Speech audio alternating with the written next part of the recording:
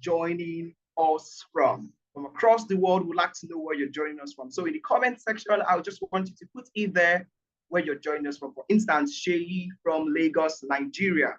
Adeza is currently here and is joining us from Alberta, Canada. And we would like to know where you are joining us today.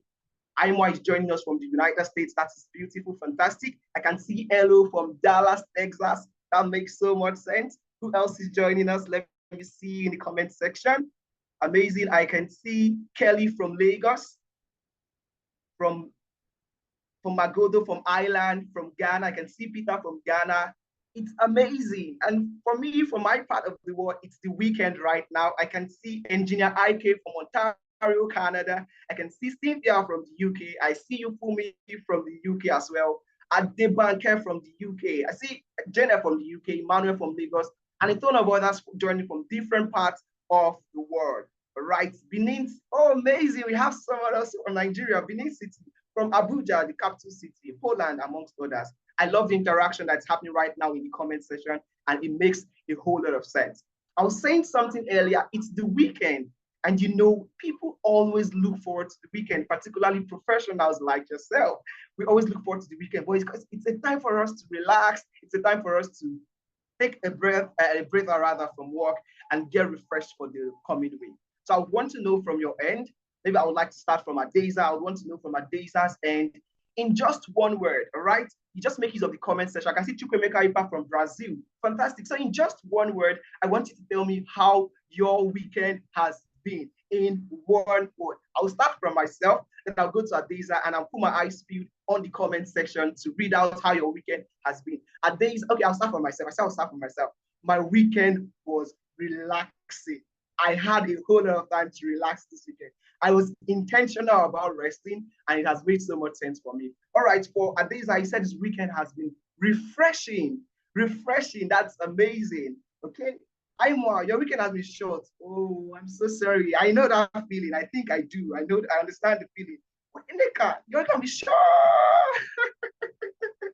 Okay, Ineka, I understand. But sometimes we wish that the weekend would never come to an end. But it's always a weekend. There is an end, yes. So it must come to an end. Give me. Don't leave me. All right, so I can see busy, awesome, engaging, short, interesting, fantastic. Wow. It seems you all had the best of weekends today, and it's amazing to rush to get into today's session. Without any further ado, we just have to go into what we need to do. But I like to say, there are certain things that we need to put into perspective before we get started. If you're here on this call today, I have 3 things that I want you to put into perspective as we're about to get started.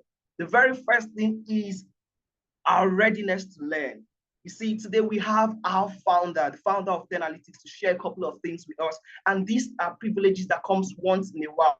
So you need to seize this opportunity right now and avail yourself the time to learn so much from Adeza Suleiman, who is going to be teaching us today. And that's a great time. Number 2, do you know someone who needs to be on this call? I want you to send the person this link right now so the person can be on this call right away, okay? Share the link to the person right now, and within the next 60 seconds, let the person be on this call right away. And finally, if you want to make use of a digital note or you want to make use of paper and pen, whatever works for you, I need you to engage this today. Today, we're going to be looking at how Adeza was able to analyze over 1,000 data analyst and business analyst jobs on LinkedIn, and what you need to do for you to get such job in 2024. Okay, so we're going to look at how Adeza was able to analyze 1,000 jobs, not 10, not 100, but 1,000 data analyst and business analyst jobs on LinkedIn,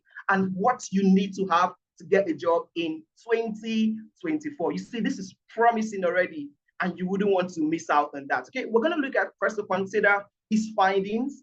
You're going to know so much in the next few seconds about Adeza and why you need to listen to him, his pedigree, and why you should listen to him today. That also will help you understand the technical and employability skills to get these jobs. Today, you are going to get that on a silver platter. And finally, we're going to share with you about our upcoming class that's happening and the next cohort. You need to hear success stories of people like yourself who have tried it before and how it has worked for them. But then you may ask, who are we? I mean, we're here, you saw this ad probably somewhere, or your friend shared it with you right now, and you're here. Who are we? We are Analytics. We are who we are. We are who we say we are. We are an ed technology company that is based on helping people providing specialized skills rather, and training for people in technology and comprehensive data consulting services. With over 4 years, as you can see on the screen, we have built talent and helped people, over 2,000 people transition into tech from the classroom and get their first job in the UK, in the US, in Canada, in Europe, in Africa, and in Asia. And we have been able to do this consecutively across 8 in-demand skills, from data analytics to business analysis, to data engineering, to HR analytics, to financial analytics, to data engineering, to full stack data science, and to agile project management and Scrum Master. And we have the best of facilitators who are training all of our students. And today, yes, we are learning from our founder. Remember, I said something, this is a secret. This is always once in a while. So embrace it. We're learning from Adeza. You can see the handsome man. You can see his video already. In fact, he's smiling and mesmerize a number of persons. Adeza is a technology expert with close to a decade experience in data analytics and management consulting. As the founder of Analytics, he has helped over 2,000 people with no prior tech background transition into tech and land their first job. It's interesting. We can see his profile: data science consultant in the UK, in the US, data analyst, business performance, Sahara Group Limited, and also has worked as a data analyst and consultant as FICC. Currently, he's also worked rather in sport, financial services, ed technology, energy, and automobile sector. He lives in Alberta, Canada, and personally, Adeza has trained over 8,500 people to his scalp. It's such a great time, and right here, I am putting all of the applauses to celebrate Adeza, who has taken out time to share with us and to spend from his wealth of knowledge today on how we also can do this and get a job in 2024. So if you are ready for today's session, I want you to, in the comment section, put "I am ready." I am ready. I need as many "I am ready" for me to introduce Adeza and yield the microphone to him to speak. So just put in the comment section, "I am ready." Okay? I am ready. Right about now, I can see that in the comment section. Fantastic, fantastic, amazing. I love the energy. And trust me, with this right energy, there's nothing you would not be able to achieve on this call. So right now, I'd like to yield the microphone to Adeza. Hi, Adeza. It's beautiful looking at you on the screen in the past 7 minutes. How are you doing, and how excited are you about today's session? Yeah, super excited, Shay. Thanks for that wonderful introduction. I think I'll just take over from here. Shay, always energized and always very refreshing listening to you. So thank you, everybody, for joining us. I'm super excited to be here, and I'll be sharing a couple of insights. So for us at Analytics, one of the major objectives for us is helping our participants to get jobs. And for you to get jobs, you need to know where the jobs are and the jobs that are in demand. Now, today's session would center around data analytics and business analysis. Okay, so we're going to dissect the two roles. I did a couple of analyses, scraping data from LinkedIn, over 1,000 jobs. So we're going to look at the demand for these jobs across the major economies, from the US to the UK to Canada. And we'll also look at which particular country has a higher demand for specific roles. Okay, we'll look at the skills that you need to get a job in these areas. And of course, we'll also dive into the specifics when it comes to the employability skills, because a lot of people assume very wrongly that to get a job, you need to just be sound technically, but it goes beyond your technical expertise. Once again, my name is Adeza. I'll be leading today's session. I'm the pilot that will drive and fly our plane today. One of the major things and objectives, the things that we are very, very proud of at Analytics, is our ability to help our participants transition from the classroom to getting their first jobs. Okay, and looking at my own experience as well, like so many of you, my first degree was in industrial chemistry. I had nothing to do with tech, nothing to do with computer science, but then I learned the skills. And that's because the technology ecosystem is heavily skill-based. All right. So we're going to discuss, all of that. I'd love to have a very interactive session with you.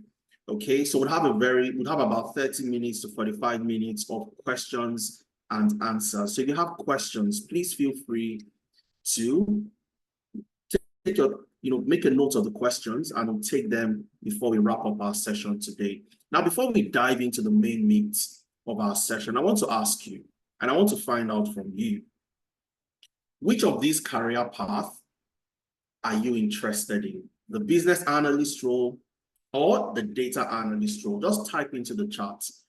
Business analyst, data analyst. Which of these career paths are you interested in? So let me see your comments in the chat. Type away and let's see what your preference is. I know for some of you, you have no clue what the data analyst does and what the business analyst also entails. But just from what you've heard, from rumors, from hearsay, which of the career paths would you say you're interested in? Okay, so Prudence says data analyst. Nungo says business analyst. Okay, interesting. Data analyst. Omar, data analyst. Lillian, data analysis. HP, Bright, data analyst. None of the two. Fumi. So Fumi is just here to learn and get to understand what these roles entail. Tosin, business analyst, absolutely phenomenal. All right. I've worked as a data analyst for the most part of my career. And one of the most asked questions I always get all the time is, are they the same or are they different? Okay, but before we even dive into it, they are totally different career paths. And I'll break it down as we move on during our session today. But now let's go into the analysis I carried out. Again, we are always very data-driven. We always want to be sure that when we offer a program, it falls under three major criteria. The first criteria is easy to learn, which means people can learn these skills within 3 to 5 months. Okay. Now, the second criteria is easy to transition and get a job, meaning that these career paths are in demand. So you don't want to learn a skill only to realize 1 year, 2 years down the line that your skills are not relevant. And finally, the third criteria is high and rewarding salaries. So you've moved from your country to the UK, to Canada, to the US, or you're in Nigeria, you want to get a job, you're in Ghana, you're in Kenya, you want to get a job abroad, working remotely. How do you compete for the best jobs available? You're in Canada today, you're in Ontario, you're in Alberta, you are in Saskatchewan, wherever you are. How do you compete for the best jobs available? Okay, so we did an analysis. So over 1,000 jobs, data analyst, business analyst roles, and I'll share some of the insights with you. And that's the main essence of our session today. So the first question we asked the data is, are these roles in demand? But before I even show you my analysis, let me ask you, how many roles do you think on a daily basis needs to be available for you to consider the role in demand? For example, how many job vacancies do you expect to see for a business analyst role or a data analyst role for you to consider that the role is in high demand? Just type into the chat. Maybe you want to see 10 jobs every day, 20 jobs every day, 30 jobs every day, 50 jobs every day, 100 jobs every day. How many jobs do you think you want to see daily that would, make you think that this job is in high demand? Let's type into the chat and let's see. iPhone says 500 jobs every day. Ademola says 1,005. 500 million is not realistic, Kelly. That's ridiculous. Let's get more. Let's see. Let's get more. Okay, how many jobs do you think on a daily basis? Augusta says 100 jobs on a daily basis. Fantastic. 250 jobs from Janet. So let's see. That was the first question I asked. And please, there's a caveat. And the caveat is, this is only LinkedIn. only LinkedIn. So no other job board. This is only LinkedIn as a platform. And I'm sure you know there are other job boards. You have Indeed, you have Glassdoor, you have Total Jobs, ZipRecruiter, read.co.uk, gov.co.uk. There are so many websites out there where you can apply to jobs, but this is only LinkedIn, all right? And the first question we asked is, are these roles in high demand? And of course, we saw something very interesting based on the data we had scraped from LinkedIn. We scraped data from the 18th till yesterday. So 18th, 19th, and 20th. And you'd see that right here. So on the 18th, you'd see that you had fewer data analyst roles posted on LinkedIn. And this is across the 3 major regions, okay? Not across the entire LinkedIn, but the 3 major regions, the US, the UK, and Canada. We're going to see the breakdown by country, but this is the total jobs across these 3 regions, and data analytics had 359 on the 18th. 359 new jobs posted on LinkedIn, data analyst related. And you can see the business analyst, the orange or the yellow line is the business, analyst role, while the dark orange, the amber, is the data analyst role. And you can see the difference. On the 18th, the business analyst had higher number of job positions posted on LinkedIn, while data analytics had 359. But on the 19th, you can see the spike. Data analytics had 762, while the business analyst had 565 job posting. And on the 20th, you have, that was yesterday, Saturday, you had 699 jobs, data analyst related jobs posted, while you had 600 business analyst roles across the 3 major economies. Now, what does this mean? It clearly shows that the data analysts, the business analyst roles are in high demand. There is a high demand every single day for these positions. So if you're a data analyst today, you can sit down on only LinkedIn and apply to as many as 359 jobs on a single day. And this is not considering other job boards like Indeed, Glassdoor, Total Jobs, ZipRecruiter, and so on and so forth, depending on where you reside. All right. Now, apart from the 18th, where you had the business analyst role recording a higher demand, the data analyst role, seems to have a higher demand across all other days. And this shows for the 2 roles that there is massive, massive opportunities. So anybody who decides to become a data analyst or a business analyst today, you can rest assured that you would apply to as many jobs. You can't even apply to 300 jobs in a day. It's practically impossible. Or 762 jobs a day. It's practically impossible. And this shows robust hiring activities across these 2 roles.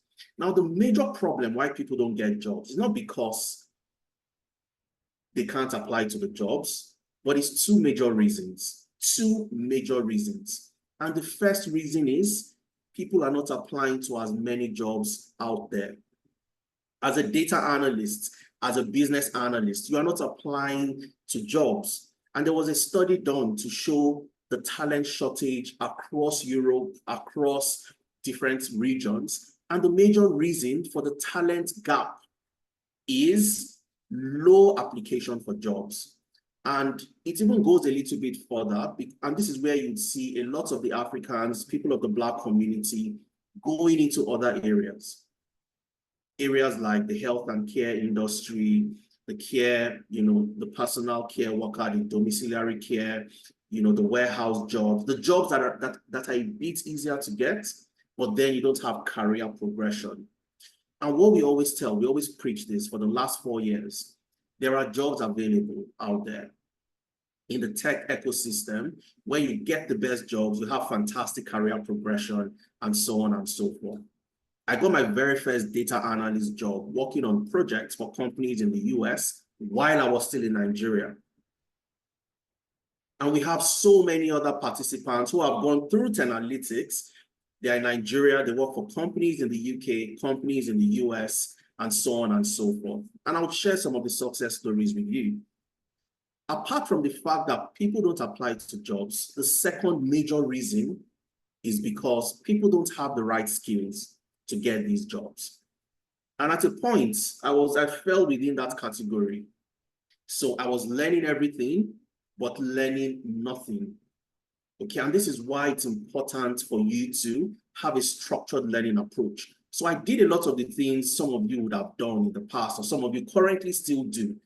Learning on YouTube, I had no clue. I watched every video I could watch, but I was learning nothing and wasting time. And that was simply because I assumed wrongly that when I look at a job description, I need to go learn all the skills in that job description. And that's what would help me get a job. But I just realized that the next job had a different set of job requirements. So I would look at a skill. Okay, Excel is important, I learn Excel. Power BI is important, I learn Power BI. Then I realized that the next job I see requires me to understand MongoDB. I go ahead to learn MongoDB. And I look at the next job and I realize that it has different sets of requirements. So I kept on applying and I kept on learning. I beg your pardon. I kept on learning and learning for a very long time without taking action and applying to jobs. You don't want to find yourself in that, position where you don't apply to jobs that will give you the career, progression and compete for the best jobs available, or you don't have the skills to actually apply to those jobs. So the demand is there. That was the first question we aimed to answer. The second question looked at the breakdown in location. And I want you to take a wild guess. Between the UK, the US, and Canada, which of these three countries do you think has a higher demand for the data analyst role? Let's start with the data analyst, okay? So let me get your feedback. Which of the three countries? USA, okay? Elo says USA, JU says USA, Omar says Canada, David Pay says USA, Adebanke says USA, Joseph says the UK, okay? We have a different, Motun says the USA, UK, Canada from Nisha, Neka says the UK. Okay, interesting. So majority of you selected the USA, and you are totally correct. And I'm going to show you the numbers, and the difference, the gap is massive. Okay, but I'll show you the numbers. Now, that's for the data analyst. Now, for the business analyst, which country, or let me put it this way, which country has a preference for the business analyst? So not the highest this time around, has a preference, meaning that they have more business analyst roles compared to the data analyst. They have more business analyst roles compared to the data analyst. Type into the chat and let's see. Okay. Emmanuel says UK. Okay, Ezine says UK. A lot of people are saying the UK. Interesting. Now, Kelly says Canada, and Kelly is absolutely correct. Now, let's look at it. And let's see the numbers. Again, 3 days worth of data from LinkedIn, only LinkedIn, not all the job boards, only LinkedIn. 3 days worth of data, the 18th, the 19th, and the 20th. So Thursday, Friday, and Saturday. Scrape data from LinkedIn, data analyst roles, business analyst roles. And you can see clearly the US leads, and the gap is very wide. So within the space of 3 days, in the US, you had 1,293 data analyst positions available within 3 days. And for the business analyst roles, you had 1,254. So they seem to be at par in terms of the demand in the US for the data analysts and the business analysts. They're very close. And this shows that the US has amazing opportunities. And I always tell people this: one of the easiest places or one of the fastest places to get a job, irrespective of where you are. Like I said, my very first job working remotely was in the US, and I was still in Nigeria at that time. It was a bit difficult for me to get contracts and opportunities in the UK, but I was able to work for companies in the US as a data analyst and as a data scientist at the same time. So the US would always have massive, massive opportunities, remote work opportunities, in-office opportunities, hybrid opportunities as a data analyst or a business analyst. Now, while we can clearly see that the US is leading the way with 1,293 data analyst roles, 1,254 business analyst roles for jobs posted in the last 3 days, it shows clearly that the demand is high. All right. And you'd also see clearly that where Canada has a preference for the business analyst. So within 3 days, Canada has 96 data analyst roles posted available for people to apply to, while they had 205 business analyst roles. Okay, so you'll see these differences here and there and so on. And you'd see clearly that the US comes first, followed by the UK and then Canada. In terms of the preference, UK and the US are similar, the data analysts and then the business analyst. But in Canada, it's a bit different. It takes a shift. There's a preference for the business analyst compared to the data analyst. Now, remember, this is not data for the last 5 years, data for the last 1 year, or for the last 6 months. This is data for the last 3 days. All right. So I'm always going to, give that caveat, but this gives us clear insights into what goes on within these regions in terms of the demand for these jobs and if these jobs are in high demand. And it's clear, very clear. On a 24-hour period, you can see, and anybody can go. You can see this on your own LinkedIn based on your location. All right. You can search for the jobs. It gives you an idea of the number of jobs that have been posted in the last 24 hours, the last 48 hours, and so on. Okay. We scraped the data using Python, and we did the analysis to show this to you. Now we can see clearly, and you now start to ask the question, these jobs are available. How do I get these jobs? How do I apply to get a job? And I'll tell you for a fact, the one thing you must do is to have the technical skills. It's a given. That's the number one common factor across any region. You must have the skills. You want to apply to become a data analyst, there are certain sets of skills you must have. Again, there are lots of misconceptions out there. People assume they need to learn heaven and earth to get jobs within these regions. And that's why we like to educate. And we don't like assumptions. Okay, when I ask the question, the preference for which country has a preference for business analysts, everybody said the UK. But we can see with data from the last 3 days, Canada seems to have, more preference for the business analyst compared to the UK. So it's always good to answer questions using data. All right, we're going to talk about the data analyst. For all the things I'm showing you, I've been showing you for the last 30 minutes, is what the data analyst will do. Your job is to get data, analyze that data, and visualize the data. For the data to make sense, for you to get information from the data. From the data I have analyzed, we can see clearly that the US has more job, offers, have more jobs for the data analyst, for the business analyst compared to the UK and to Canada. And we can see that Canada, even though has a lower number of jobs available, has a preference for the business analyst. And this is answering questions without being biased and so on and so forth, without sentiments, what we think and what we hear. But this is based on the analysis we've carried out. So what skills? Because people have always asked me, and I fell into that trap. Like I mentioned earlier, I was learning irrelevancies. I learned MongoDB. For anybody who knows what MongoDB is, I always give this example. MongoDB is a NoSQL database, a NoSQL database. It's for dealing with large amounts of data, unstructured data, and so on and so forth. I had no business as a data analyst learning MongoDB. But you know the mistake I made?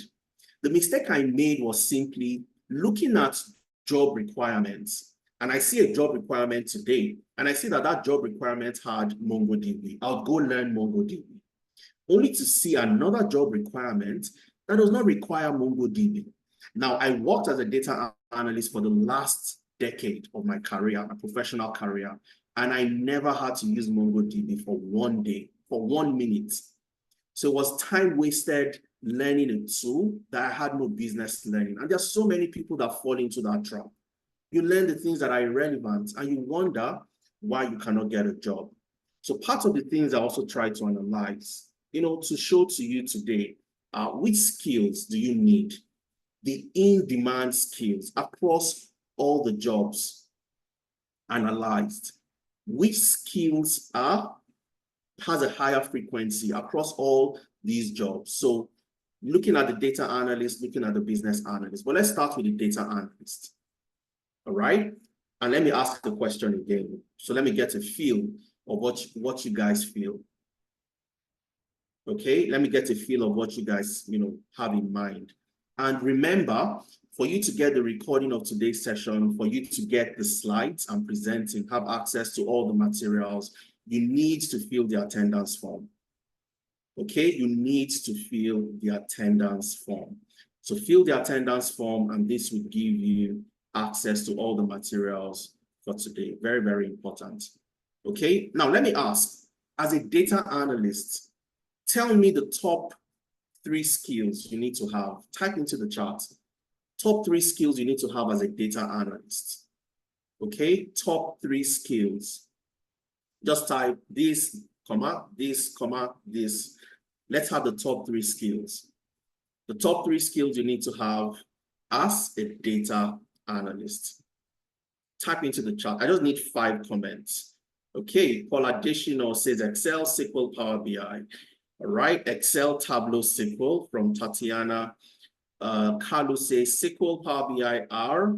Okay, interesting. Heritage, Excel, SQL, Power BI. Excel, SQL visualization. Interesting, from Oye. All right, interesting. Joseph's baby says, oh, I just missed that right now. Okay, Python and SQL.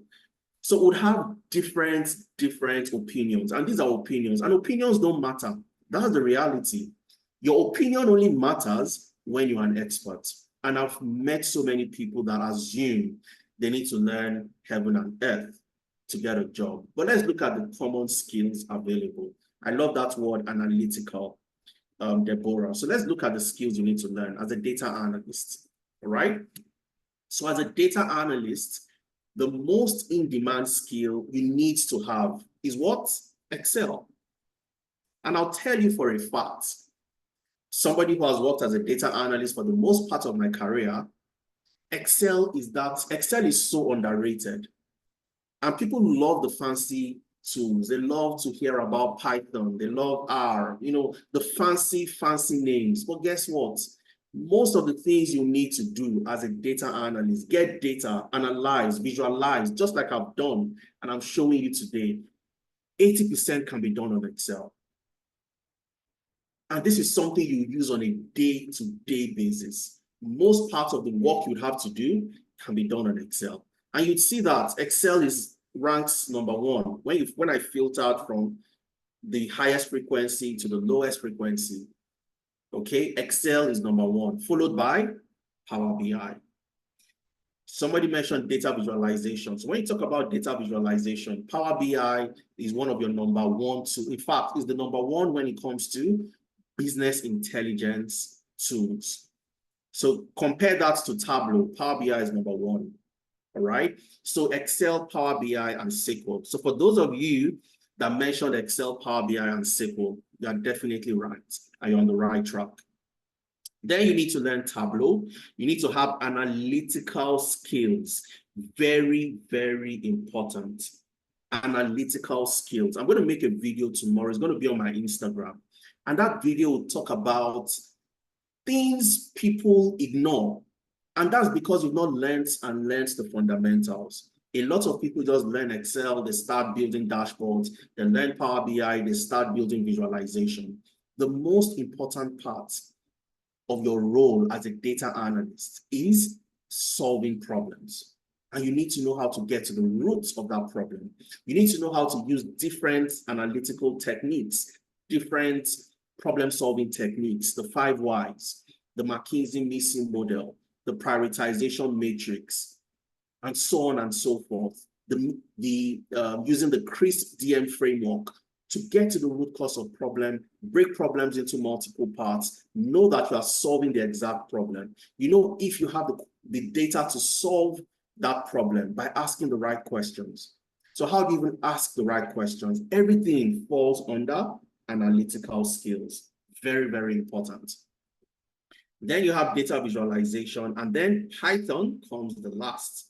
And a lot of people always ask me, oh, Adeza, do I need Python to become a data analyst? I've seen some job requirements, I've seen Python in there, and so on and so forth. Guess what? Python is not a requirement for you to become a data analyst. Like I mentioned, it's fancy, it's nice, it sounds good to have. But when you look at in the grand scheme of things, in the reality, what do I need to get a job as a data analyst? When you look at this map, it gives you a very clear picture of what you need. All right, so take a screenshot. Take a screenshot, and this gives you clear insights into the skills you need to have as a data analyst. And learning these skills without branching into so many things left and right, it gives you that, fundamental technical skills, which is a given. Like I mentioned earlier, every organization would expect that you have this. Okay, so focus on the important aspects, and I'll break this down further as we move on. Now, before I move into the business analysis, well, you have a lot of skills. So I'm not going to bore you.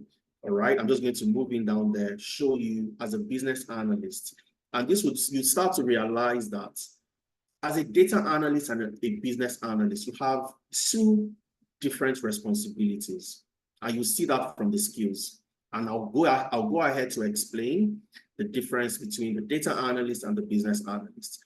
Now, for the business analyst, on the other hand, and I want you to pay attention to what I'm about to say. You have no business doing the job of the data analyst. That's what everybody thinks of the business analyst. But guess what? The modern business analyst, a business analyst in 2024, if you want to transition to a business analyst role, you must understand how to handle data, analyze data, and visualize data. All right, and we've seen this in the job market as a demand from employers, recruiters. They want the business analyst to take it a step further, to know how to manage data using tools like Excel, tools like SQL, and Power BI. So while they might not be in all the job requirements you'd see out there, if you go out there and search today, business analyst role, you might not see Excel, Power BI, or SQL. But you'd find them across so many other roles. And that's why it's important for you to take note of this. So when you're applying, it's easier for you to get a job. And I'm going to use this as a case study. And I'll talk about somebody who was able to get a job after 6 months of searching. He really didn't know what to do. He was a business analyst. He had all the other skills, but he didn't have Excel, SQL, and Power BI. So he came to us. And I advised him, look, the game changer for you would be to learn Excel, Power BI, and SQL. And he did that. He joined us last year in July, August, September. He completed his program. October, he had his internship. After his internship in October, he got a job in November. And the job was not titled business analyst. It was titled business data analyst. And this is where the data aspect comes in: Excel, SQL, and Power BI. Employers want a little bit more from you. And the role keeps on transitioning, keeps on changing, it's dynamic. And you'd see that a whole lot of organizations today wants more from the business analyst. So apart from your core responsibilities, and you'd see the skills here, the most in-demand skills, stakeholder management. You're going to work with different stakeholders, internal, external, negotiation, requirements fundamentals, know how to write user stories, elicitation, asking the right questions, interviewing to understand and get insights into solving the problem you want to solve. Process mapping, one of your most fundamental skills as a business analyst. Interpersonal skills, business requirement documentation, user acceptance testing, and so on and so forth. All right, so like I mentioned, we're going to break this down a little bit further so you get some better insights into the core skills you need to focus on. Now, question number 4 we try to answer is the average salary across these roles. And you'd see that for the data analysts in the UK would earn between 40,000 to 52,000 pounds. So even with the recent change by the Home Office to say that the minimum salary threshold for a data analyst to apply for a skilled worker visa, you need to earn, I think, around 38,070 pounds, if I'm correct. I'm not sure of the exact figure, but I know it's 38,000. Okay, you can get a job far above 38,000 as the minimum for you to apply for a skilled worker visa. So in the UK, your salary would be around 40 to 52,000 pounds, and we've had people even earn above 52. So this is the average you're likely going to get. In Canada, around 62,000 to 85,000 Canadian dollars, and in the US, around 82,000 to 94,000 US dollars. And that's the average salary, across the data analytics role. And for the business analyst, on the other hand, the business analyst tends to earn slightly higher than the data analyst. All right, so in the UK, you are looking at around 51,000 to 65,000 pounds on the average per annum. In Canada, 68 to 94,000 Canadian dollars, and in the US, 84,000 to 101,000 US dollars. So the business analyst would earn slightly higher than the data analyst, looking at the comparison. But again, it's not a straight jacket. Okay, we've had instances where a data analyst, his very first job as a data analyst in the UK was over 60,000 pounds. It's unbelievable, because 60,000 for anybody who has lived in the UK and worked in the UK, 60,000 is not easy. It's not easy to get a job of this amount, but he got a job. He was an accountant in Nigeria. He came to us when he moved to the UK.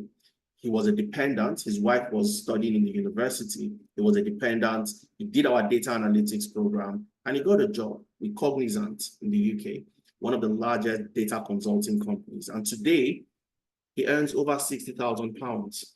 It was surprising to everybody. So while you have the industry average, there is a tendency that you can still earn, slightly higher, depending on the industry, depending on the specific sector or the specific organization. Now, question number 5, which is, I think, is our last question, looking at the data I had scraped and I had analyzed, which is, what certifications are needed? And this is another area of misconception that a lot of people focus on. All right, and don't forget, fill the form. It's annual, not monthly. I don't think there's any company on earth that'll pay you that amount every month, except maybe you are the co-founder or the founder or the chairman or something. All right, so it's per annum for the salaries I shared. Now, ensure you fill the attendance form so that you don't miss out on any of the materials we'll be sharing at the end of today's session. Now, certifications, and I want you to remember this. If you don't take anything away from today's session, take this away. Take this away and write it down. So if you are taking notes, please ensure you write this down somewhere on your notebook, somewhere on your iPad. Write this down. Competence. Anybody who follows me would have heard this. Competence over credentials. Competence over credentials. Write it down somewhere. And this should be your watchword. If you ever want to get a job in the tech ecosystem, it's always competence over credentials. Now, we have been programmed because maybe based on where we come from Africa and so on and so forth. Oh, I need to have a degree. I need to have this certification, that certification, and so on. But it means absolutely nothing. To get a job, organizations need your competence. Nobody cares about your credential. And I'll tell you, I don't have 0 certification. I don't even have 1. I have never in my entire career for the last 10 years sit down to write an examination for a particular certification. And I've worked for some of the biggest organizations across the globe. Organizations need your competence. What does competence mean? Your skills and your experience.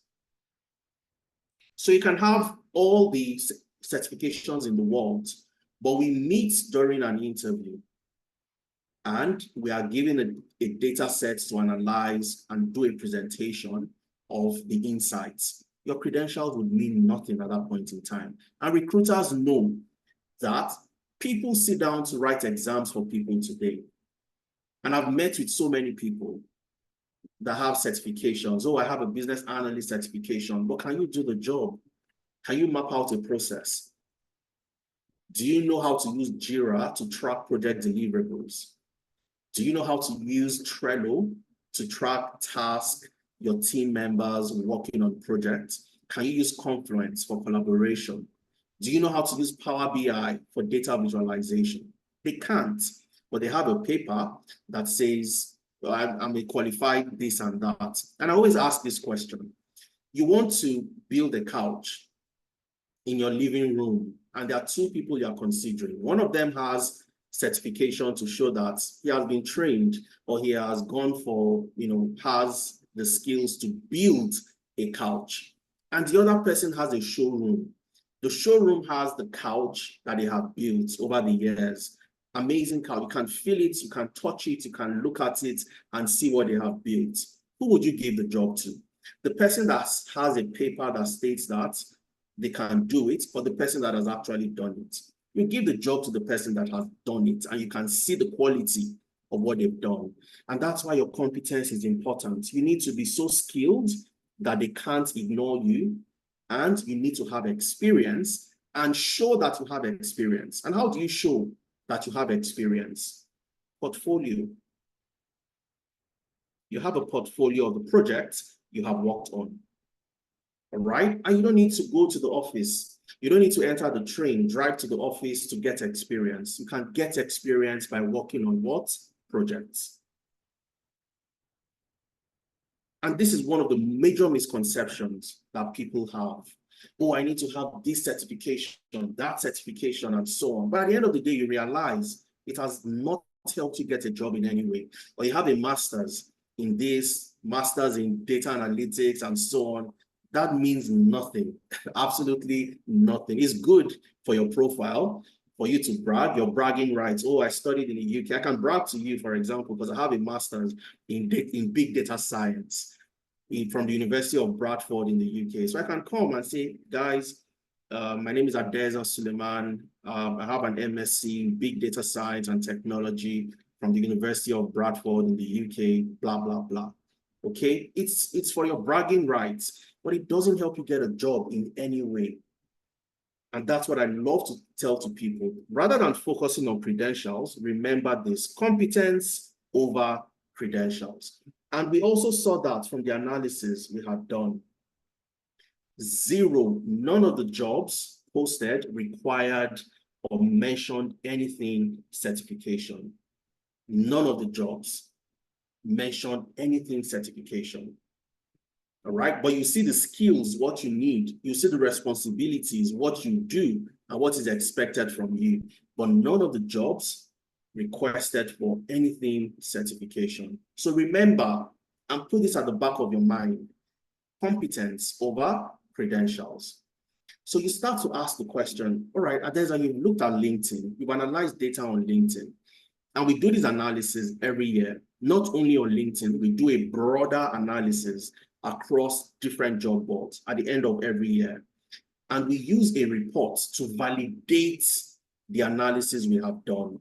And that report is the World Economic Forum Future of Jobs report. And this shows you as a professional who wants to transition, which career path should I consider? So if I want to move into a career path, I need to be sure that that career will be relevant in the next 5 to 10 years. And this report shows you that very easily. And anybody can get access to the report. It's available online. Just type WEF Future of Jobs report, put PDF at the end, and you'd have the PDF document. But I've also kept the link for you here. Right? So you can download the reports, the full reports, to have access. Okay, but what do we want to look at? This report shows you the jobs that will grow in demand and the jobs that will decline in demand. Okay, so over the next 5 years, the jobs that are going to grow, they're in demand today, but they will still grow in demand, and the jobs that will decline in demand. One of the jobs that shocked me, the job roles that shocked me, the first time I looked at these reports, was the product manager role as one of the jobs that will decline. So if you have a brother, you have a cousin, you have a colleague, you have a friend that wants to transition into product management, give them a caution, show them these reports. According to the World Economic Forum Future of Jobs reports, the product management role will decline in demand because a lot of the things that you do as a product manager are currently being replaced by AI. So it's very important that you know this. So you don't jump into the career path where you start to wonder what you did a few years down the line. And that's why it's important to take educated decisions when making that transition. So let's go to the jobs that will grow. And let's look at the data analyst and the business analyst role. Do they fall under the career path that will grow in demand? So looking at the left-hand side, one of the very first areas you'd see is the business intelligence analyst. Business intelligence analyst. For anybody who is migrating to Canada, for example, under the tech pathway, you would realize that the business intelligence analyst is also a data analyst role. So if you have the skills as a data analyst, you can get a job as a business intelligence analyst. All right, so that's one pointer that the data analyst role will keep on growing in demand. Again, you have the data analyst role clearly spelled out right here, the data analyst and the data scientist role. And these are jobs that will keep on growing in demand in the next 5 to 10 years. So if you find yourself in this career path, you can rest assured that you would keep on being relevant over the next few years, the next 5 years, the next 10 years. And the reason is very simple. So if you look at the logic behind it, in the last 90% of the data we have today, 90% of data that we have today across the world was generated in the last 5 to 6 years. Ever since the world has been in existence, 90% of what we have in the form of data was generated in the last 5 to 6 years. So we are generating data at an exponential rate, unbelievable rate. The volume is unprecedented. So organizations can't make sense of this data. The data is useless if we can't analyze. Just like crude oil. Crude oil is useless until you can refine that crude oil, get petroleum products, your kerosene, your diesel, your jet fuel, and so on and so forth. All right? Data is useless until there is a data analyst that can take that data, analyze the data, extract insights from the data for companies to take decisions. And that's where you see anybody in data, you can't make a mistake. You can't be wrong if you are in any career path that involves data. Okay, now you've seen the business intelligence analyst, the data analyst, data scientist. Then you'd see the process automation specialist. The business analysts are process automation specialists. Their objective in any organization is to ensure that the processes are more efficient.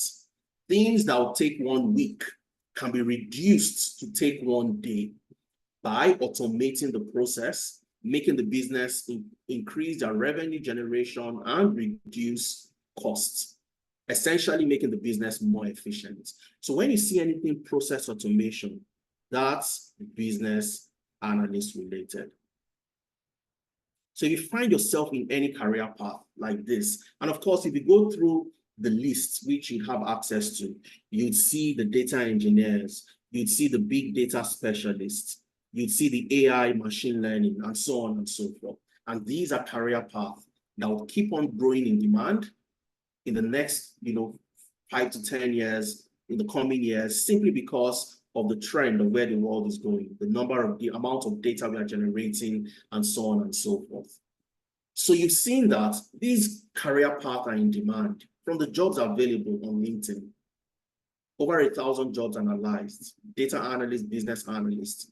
The World Economic Forum is also validating to show you that these are career paths that will keep on growing in demand in the next 5 to 10 years. So you don't have an issue of being redundant or irrelevant in the next few years, transitioning into this career.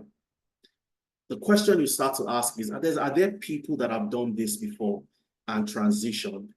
Okay, has Tenalytics helped anybody? And I always love to show this, okay, to show people that have done the same things you're trying to do. They live in the UK, they live in Canada, they live in the US, they live in Nigeria, they live in Ghana, and so on and so forth. They've come to Tenalytics, they've learned the skills, the relevant skills they need to learn. We've worked with them, prepared them for interviews, and they've gotten jobs. So it always seems impossible until it is done, until you've seen somebody that has done the same things you're trying to do. All right? I just need to be sure that the session is recorded. Just give me 1 second, and then we continue. Okay. Now, remember, make sure you fill the form, the attendance form, so you have access to all the materials. Okay. Okay, you guys haven't sent the session of yesterday. Yeah, you're going to get it most likely first thing Monday morning. Is the weekend, of course, so you get this first thing Monday morning for the person who asked. And I'll show you how easy it would be for you to even get it eventually. But make sure you fill the attendance form. And that's a sure way for you to receive all the materials. Okay? Now, it always seems impossible until it is done. And I want to walk you through a very interesting story. All right? Somebody who joined us in the month of March. She moved to Canada. She joined our program in the month of March. And I want you to count March, April, May, June.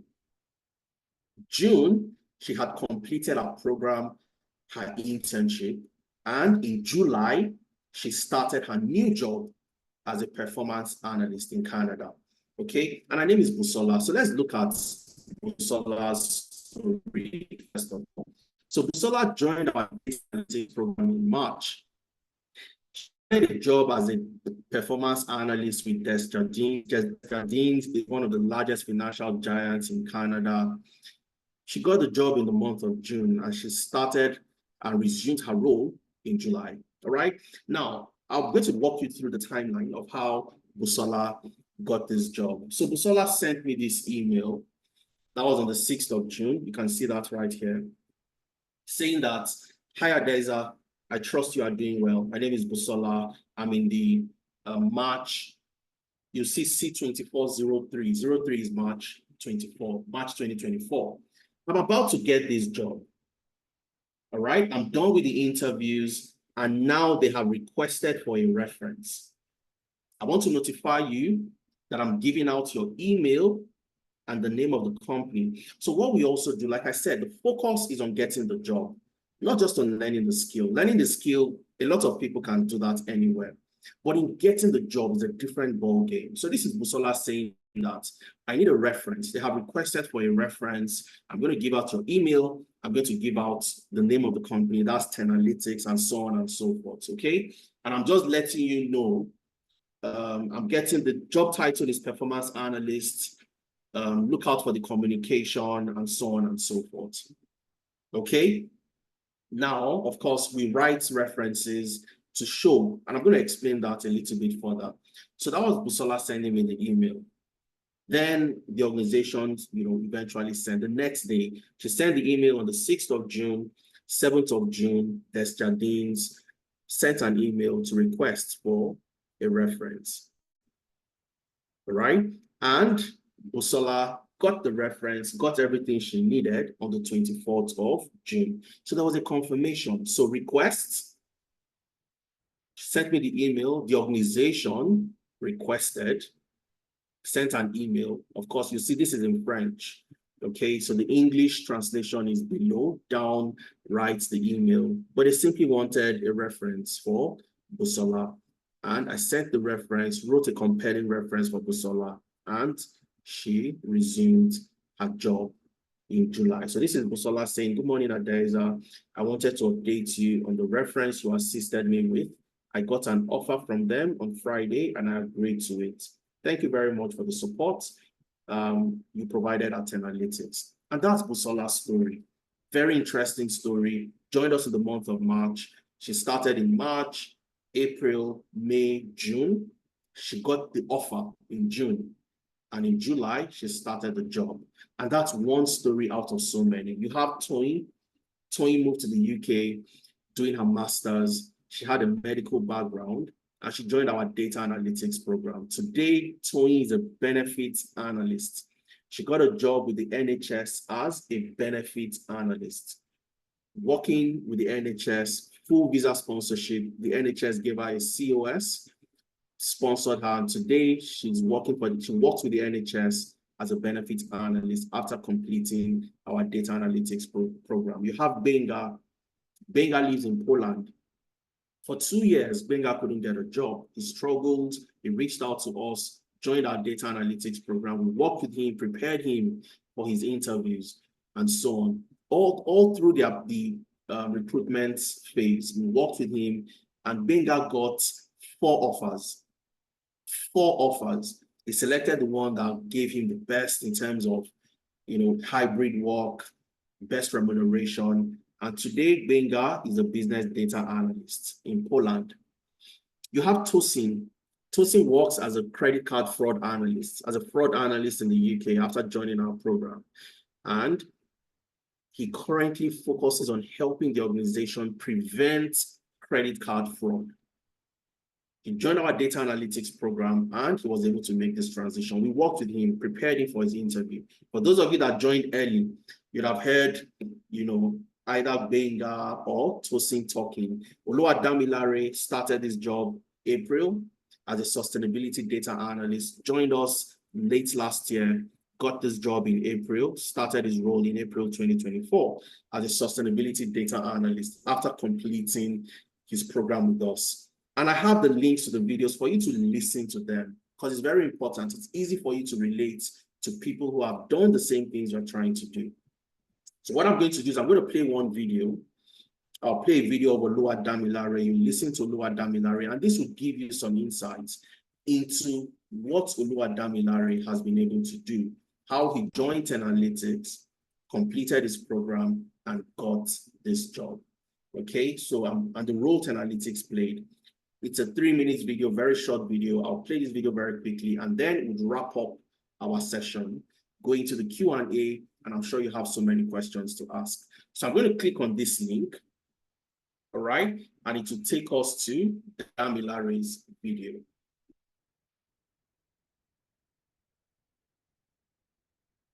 Okay, so I want you to sit back, relax, listen to Damilare and everything Damilare has to say and how he was able to get into the program, transition, and get the job, okay? So I'm going to play the video for 1 second. I want to be sure you can hear, and then I'll take it back again. So if you can hear the audio, just type in a 1 into the chat before I continue. Hi everyone, my name is Damilare Oje. Today. Okay, if you heard Damilare, just type in a 1 into the chat. Fantastic. All right. So listen, sit back, relax, listen to what Damilare has to say. Hi everyone, my name is Damilare Oje. Today I want to quickly share my testimony of how I was able to transition into tech all with the help of Analytics. So it happened over a year ago when I saw a post on Twitter, now X, that talks about how to learn a new tech skill. I followed the post and landed on a page where I got to discover analytics for the very first time. There I saw a list of skills that you could learn, but the one that resonated with me the most was data analysis. So I registered for the masterclass, I attended, and I was blown away by what was taught at the masterclass. And it didn't take me too long to make my decision of registering for the data analysis course with Analytics, and the rest, like they say, is history.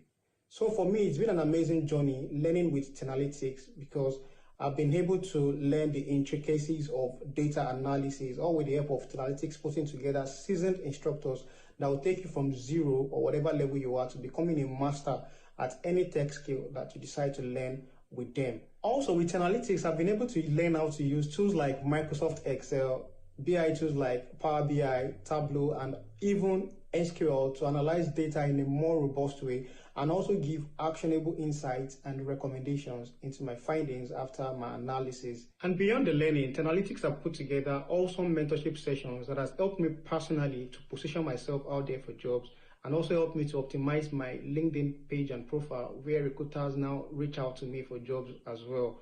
So another thing is Analytics have been super helpful when it comes to interview preparation. They've been able to prepare me for several interviews just to put me in the best place when it comes to interviewing for jobs out there.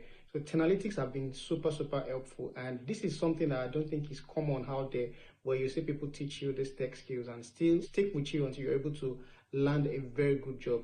And right now, I can confidently tell you that I am a certified data analyst, and I've been able to land a very good job with awesome benefit, all thanks to Analytics. So I believe now is the best moment for me to say a huge thank you to Analytics for helping me achieve my dreams of transitioning into tech.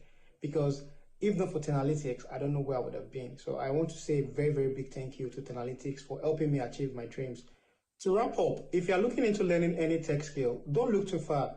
Analytics is the best place to be. Why? Because you've heard my testimony, and there are several other testimonies out there as well. So if you're looking into learning any tech skill, just register with Analytics today. Come one, come all, refer your friends, refer your family members who are looking into transitioning into tech as well, because what Analytics offer is super great than what you can see out there. So I recommend Analytics to you and your family members today. Just go ahead and take massive action, register with Analytics, and you won't regret doing that. You won't be disappointed at all, guys. So that's it from me today. I want to wish you all the best, and I hope to see you all at the top because that's where I'm going to be myself. So bye for now, guys, and cheers. Right, so that's Oluwadamilare. I'm going to show you Oluwadamilare's LinkedIn profile and how it all ties together. He mentioned a lot of things. He mentioned mentorship, he mentioned interview preparation, and so on. And these are the employability skills, okay? Employability skills that will get you the job faster than the technical skills. Because remember what I said, technical is a given. Every organization expects that you have the technical. But how do you separate yourself from the competition to be that person that gets the job? So that's Damilare. And of course, this was Damilare just before he got the job, you know, reaching out to say thank you and so on and so forth. You have Muhyiddin. Muhyiddin lives in Nigeria, Ibadan, Nigeria, works for BBX in the UK, works remotely, earns in pounds, and spends in Naira. Okay, this is Muhyiddin. And for the business analysts, you have a whole lot of them. And Michael, I mentioned somebody who, you know, tried to get a job for quite a while, for about 6 months, couldn't get that job. And he needed to add something extra, which was Excel, Power BI, and SQL. You have Abigail. Abigail joined us, used to work as a care worker in Canada, moved from the care worker role to a business analyst role. Joined the business analysis program, completed the program, completed our internship, and today she's a business analyst with the government of Alberta as a business analyst in Edmonton, Alberta. Okay, there's a link to Abigail's video. Listen to her, phenomenal lady. You have Ramat, who was a customer success representative. She moved from a customer success role to a business analyst role with the NHS as well. Her role came with full visa sponsorship, and she's currently working with the NHS on a tier 2 skilled worker visa as a business analyst. And she got this job less than 3 months after joining us. You can also listen to Ramat, absolutely phenomenal lady. You have Olamide, who was already a business analyst but needed to add something extra. Okay, you have Ife, who got a job in less than 3 months after completing the program, and so many other professionals. I've kept links for you to watch sessions because we invite these people to speak to other people that want to get into the same career path. So you have Muideen, who works from Nigeria, working for a company in the UK, sharing his experience, his interview, the type of work that he does. So we held a session, a 2-hour plus session, where Muideen, Joel Akintayo, who is a CFO, joined our financial analytics program and so on. So you want to listen to these people. You have Oluwadamilare, you have Vivian, you have Karima, who is currently also here in Canada in the process of getting another job. She was a business analyst, joined our business analysis program, got an offer, and got the job with a company in the UK working as a business analyst. She moved from Nigeria to Canada, and she's currently in the process of getting another job with the CRA as a tax analyst. And these are amazing professionals. And there's a list. So the full testimonial list, which is on YouTube, all you have to do is click on the link, you have access. So you see the people that are trying, that have done what you are trying to do. And it's easy for you to get, insights, get motivated and inspired by what they have done. Okay, but now let's move very quickly to who is the data analyst and what does the data analyst do? Okay, because this is a question a lot of people always ask. Oh, difference between the data analyst, the business analyst, what do they do? So we'll talk about that, what you need to learn, the key skills you need to learn, and the employability skills, and then we take questions and answers. As a data analyst, your role involves you answering two major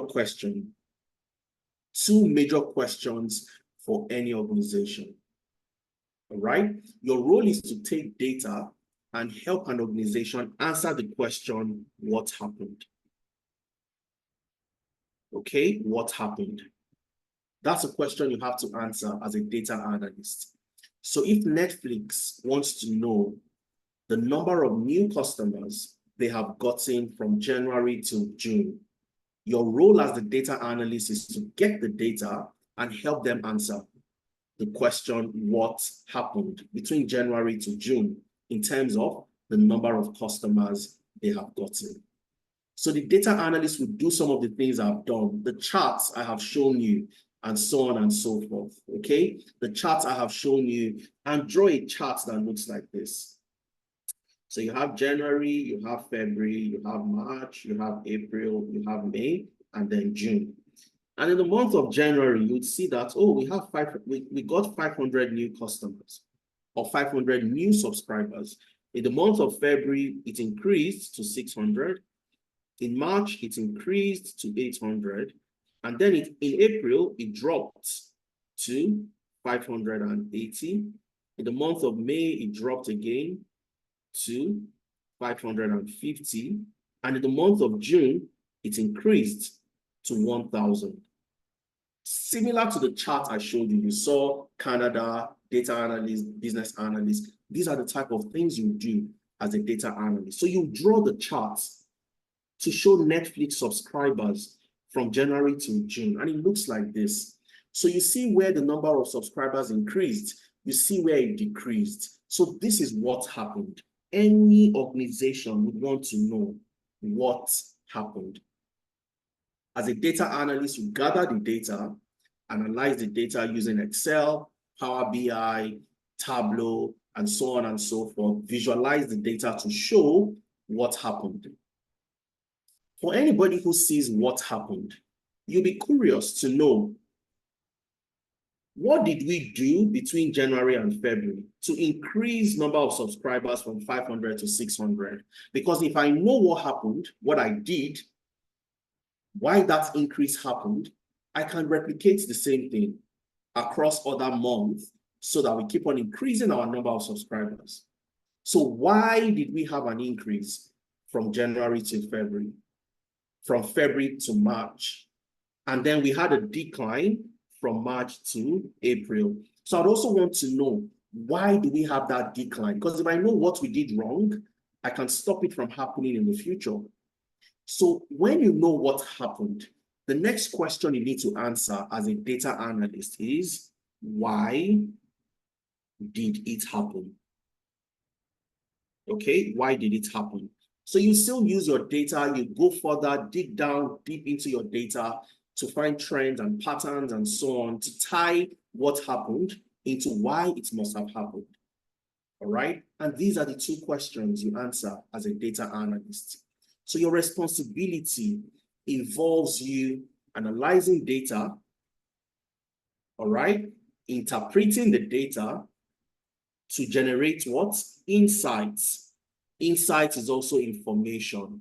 So analyze data to generate what? Information to help you take data-driven decisions. So as Netflix, if you found out that the reason why you had that increase between January, February, and March was because you ran certain type of promotions, or you recently launched a new type of movie that involves Tom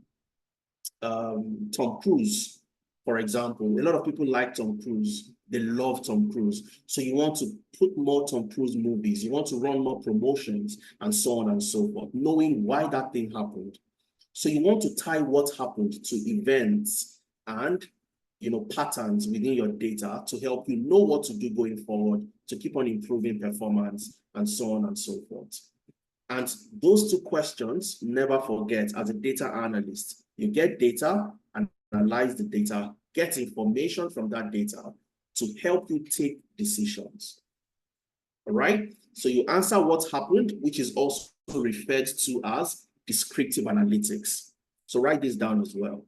Descriptive analytics. So whenever you are answering what happened, by showing, oh, this place, it went up, it went down. What I also showed you to see that, oh, Canada, business analysis is higher than data analyst, than a data analyst. Oh, in the US, they're almost similar, but the US has higher numbers and so on. That's descriptive. When you now start to go deeper to find out why did it happen, you are going into the realm of diagnostic analytics. You are diving into the data to answer why did it happen. And that's called diagnostic analytics. Okay, so a data analyst will take data that looks like this. All right, take that data, use a tool like Power BI, use a tool like Excel, and convert that data into a visualization, into a visual that looks like this. So it is easy to take decisions. Because if you look at the data, the way the data is like this, if I ask the question, where is the preferred travel destination? Okay, so this is data gotten from customers in a travel company, and the customers have told the company where they would like to travel, but this is not the entire data. This is a snapshot of the data. So if I ask the question, where is the preferred travel destination? Where would you choose? Type it into the chat. Where is the preferred travel destination? Type it into the chat. Felix says Berlin. So let's hear from others. Fidelis says Berlin. Berlin, Berlin, Berlin. Berlin. Interesting. Joseph's baby says Berlin. That's an interesting name, Joseph's baby. I'm also somebody's baby, Joseph's baby. So Jeff says Berlin, Galaxy Tab says Berlin, Berlin. Interesting. So it's easy for us to see, but guess what? This is not the entire data, and that's why the data analysis is very important. You need to get the data, analyze the data, extract insights. So you convert this data using Excel, Tableau, Power BI, other analytic tool to come up with a visualization like this. So once I've analyzed the data to visualize to you, I want you to tell me, answer that same question, looking at this chart right here. After I've done my analysis and I've visualized my analysis, look at this chart and tell me where is the preferred travel destination. So answer that same question again. Most of you selected Berlin. Now tell me the preferred travel destination. Paris. Fantastic. So the people that said Berlin are now saying Paris. And this is where data analytics becomes important. As a data analyst, you analyze the data, summarize, get insights, information, and you can use this to take decisions in the company. So as a travel company, if you want to set up travel destinations, travel packages for your customers, you know that most of them want to go to Paris. And that is where the type of packages you'd create for them. Okay, you create packages that involves the travel to Paris. Most of them also want to travel in the month of December. So you're not going to prepare packages for your customer to travel in January when you have just 14 customers who have said they'd like to travel in January. And this is what helps you take decisions as a data analyst. All right. Now, the skills you need to learn. And I want you to remember this. Anybody who asks you, oh, what do I need to do to become a data analyst? Number one is problem solving. Remember the analytical skills you saw earlier. That's problem solving. Knowing the right questions to ask. Knowing if you have the data to even answer or solve that problem. If you don't have the data, knowing how to get the data by either creating survey instruments, to extract that data from people or customers and so on, to extracting the data from a database or a data warehouse. But you need to know how to break problems into parts, how to address those problems in bits and pieces, invariably solving the entire problem. Problem solving is critical to the role of a data analyst. All right. Then you need to learn Excel. We saw this in the analysis we've done with LinkedIn. You need to learn Excel. You need to learn SQL, structured query language, which is enabling you to interact with databases. Organizations would store their data in a database, not in any other way. Their data would be in a database. So how do you interact with that database? You need to understand SQL. You need to learn Power BI for data visualization, data business intelligence, and so on and so forth. Power BI is the number one business intelligence tool. And as a data analyst, you must understand Power BI. Then you would also learn Tableau. Tableau does what Power BI would do. So even though Power BI, when it comes to business intelligence, is here, Tableau is somewhere here. However, some organizations have a preference for Tableau. And let me tell you one of the first projects I got when I worked for a company in the US. I was still in Nigeria at that time. The project involved migrating all their reports. So this company had all their reports. You see the type of visualization I showed you here. This type of visualization. They had all their reports that helps them take decisions. They had it in Tableau.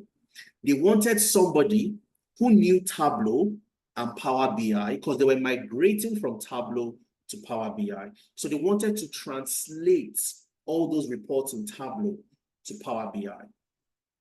So it's like you wanting to translate your documents from French to English.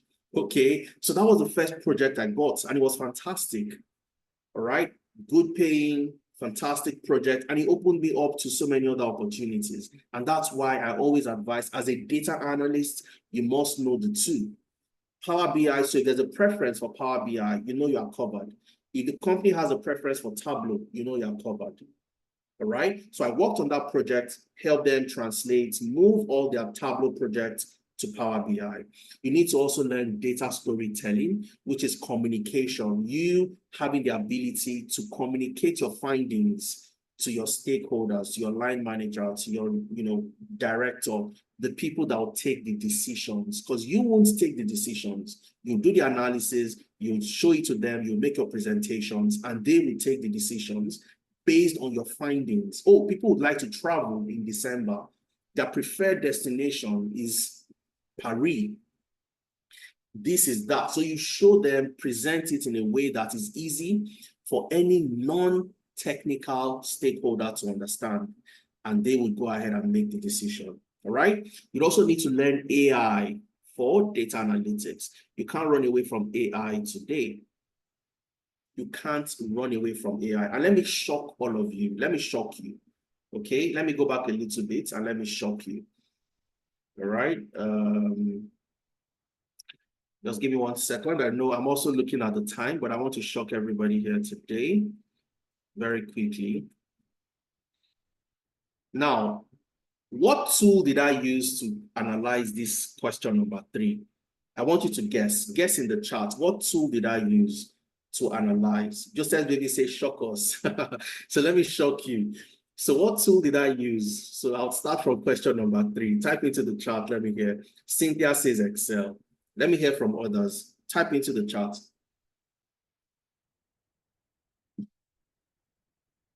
Noel says Excel. Tableau, Excel. Nobody has gotten it right. Nope, nope, nope. Okay. Nope. Nope. No. Nobody has gotten it right. Waiting to be shocked. Python to extract the scrape data. 2 people have gotten it. Two people got it. Now let's go back. Let's go to this one. What tool did I use to generate this one? Question number 2. Type into the chat. What tool did I use? Rama says ChatGPT. Some people have gotten it. Some people have gotten the answer. I'll tell you the answer. The answer is ChatGPT. That was what I used. ChatGPT. You see this? I had scraped my data using Python. All I did was save my data as a CSV. I uploaded it to ChatGPT and I wrote my prompts, and ChatGPT generated my visualizations for me. All right, and that's the importance of understanding ChatGPT for analytics. All right, so Joseph, baby, I hope I shocked you. So again, that's the importance why you need to learn. So ChatGPT makes it easy for you. So after scraping the data yesterday on a Saturday, as a data analyst, you must know how to do soft work. Soft work. You don't want to work too hard. You want to do your job in a way that you get things done as fast as possible. All right. So I scraped my data using Python. I saved it as a CSV file. I uploaded it on ChatGPT. I wrote my prompts. ChatGPT gave me the visualizations, and I'm presenting it to you today. Okay. And these are the things you need to learn. And that's why AI has come to stay. And it's important for you to learn AI for analytics. And finally, you learn Microsoft Fabric. So Microsoft Fabric is a platform that Microsoft recently launched. It contains so many Fabric items, data analytics, related items. You can build your Power BI dashboards in Microsoft Fabric. You can write your SQL queries in Microsoft Fabric. So it's good for collaboration. I can be here in Alberta. I create a data lake in Microsoft Fabric, and Joseph Baby can be in the UK and create and write SQL queries on that same data lake. So organizations are starting to adopt Microsoft Fabric today. So having the skills will give you the opportunity to stay ahead of the competition. Our data analytics program is for 4 months. You'd learn for 3 months in class, and then you'd intern for 1 month. So you have 1 month internship. And your classes are structured in a way that you have your live classes on Saturdays. And on Sundays, you have a self-paced class. You don't have to come to a live class on a Sunday. So on a Sunday like this, it's soft work. You have your learning management system. I'll show you the platform, what it looks like. You watch your videos, practice the things you see. And on Saturday, you have a live class where you have a trainer like myself. We'll work on projects together. You have the opportunity to ask questions. You can share your screen if you tried something, you didn't get it right, and so on and so forth. And it doesn't matter where you are. If you're in the UK, you are in Africa, similar time zone, your class would be from 11 a.m. to 2 p.m. on Saturdays. If you are in Canada, you are in the US, similar time zone, your class would be from 10 a.m. to 1 p.m. Mountain Time. Okay, so you have a class that fits your time zone. And let me explain the way it works. Now, if I'm in the UK, I can join a class 11 a.m. UK time, 11 to 2. But sometimes in the morning, you might be busy, you're in the UK, you can join the class for those in the US, which would start at a later time on that Saturday from 6 p.m. All right. So you can decide that even though I'm in the UK, I don't want to join the class for the UK because I'm busy in the morning. I'll join the guys in Canada, in the US, later in the evening, 6 p.m. my time. So you have that flexibility. All right. And of course, one of the other major, challenges people face is not knowing the type of jobs they can apply to. If you study data analytics, if you join the program to complete the data analytics program, you don't need to only get a job as a data analyst. You can get a job as a business intelligence analyst, supply chain management analyst, product analyst, sales analyst, customer insights analyst, and so on and so forth. And that's why you'd see our participants. Oluwadamilare, the person you heard, I played this video, he got a job as a sustainability data analyst. Oluwatoyin got a job as a benefits analyst. Benga got a job as a business data analyst. Busola got a job as a performance analyst. And the titles will change. And it's important for you to know this so that you can apply that when applying to jobs. All right. For the business analyst, I'm going to move a little bit faster because I want to wrap up my presentation in the next 15 minutes, and then we start taking questions, okay? Now, who is a business analyst? A business analyst, on the other hand, does not do all the things the data analyst focuses on. The business analyst analyzes the business processes. Every organization has the following. You have processes, you have people, and you have technology. These are the major components of a business. People, processes, and technology. The business analyst focuses on the processes. So you analyze the processes, the systems, the stakeholders in the company to identify areas for improvement. Okay, so if a process, all right, if a process takes, so I'm going to leave the slides for you. Let's assume you sell handbags to your customers. Your customers have been complaining, delayed deliveries, incorrect orders.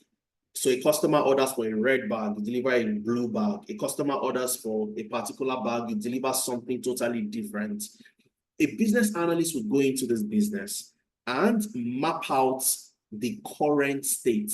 What process do we have today, currently, as is? The what? As is process. So the current process involves customers making their orders by calling phone calls. After the customer makes the phone call, a staff would manually write down the order, go through a notebook to check if the item is available. All right? That staff would then print the order details and go to the store. So they've checked the notebook is available. They have to go to the store manually to find out if that item is available. All right? And then they pick the item. After picking the item, the staff would prepare the shipping label, would call the courier service to come in and pick up the item to deliver to the customer. So the staff would write down the customer's address and give it to the courier to deliver to the customer. So from here, and here, there are areas to make mistakes. I can write the wrong address. I can be typing your postal code, your zip code, and I write the wrong thing. I can write the wrong details. Oh, you ordered a red bag, but I was thinking about my boyfriend or my girlfriend, and I write a green bag, and I give you the wrong order because all the processes are what? Manual. So there are room for errors, and that's why you'd see delayed deliveries, incorrect orders. And this process takes 3 days from a customer ordering to the customer what? Getting their order. So the business analyst would map out this process to see what do we currently have. And this is called process mapping. After mapping out the process, this takes 3 days. The next step is what should be the future state? What should we have? What can we do? Which is called the to be. This is the to be process. All right. So customer orders online. So rather than the customers calling, they need to order online. And we need to have an order management system. An order management system, which is an application that automates the process for us. So if we have an order management system embedded on our websites, when a customer orders, we have programmed that we have 100 bags. So when a customer orders for 1 bag, this will drop from 100 to what? 99. So you don't need to check a notebook to see if you have the item, or you go to the store to check manually. There's an inventory management system embedded in that order management system. Okay, you also do what?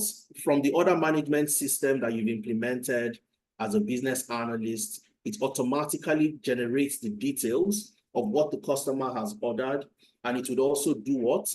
Generate the shipping label. So the customer would be the one to type in their address, which they're likely not going to make a mistake compared to you writing it manually. So all these things are generated what? Automatically.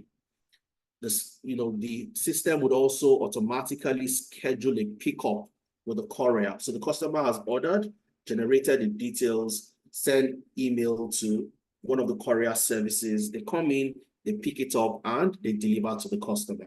So this thing that takes 3 days now takes what?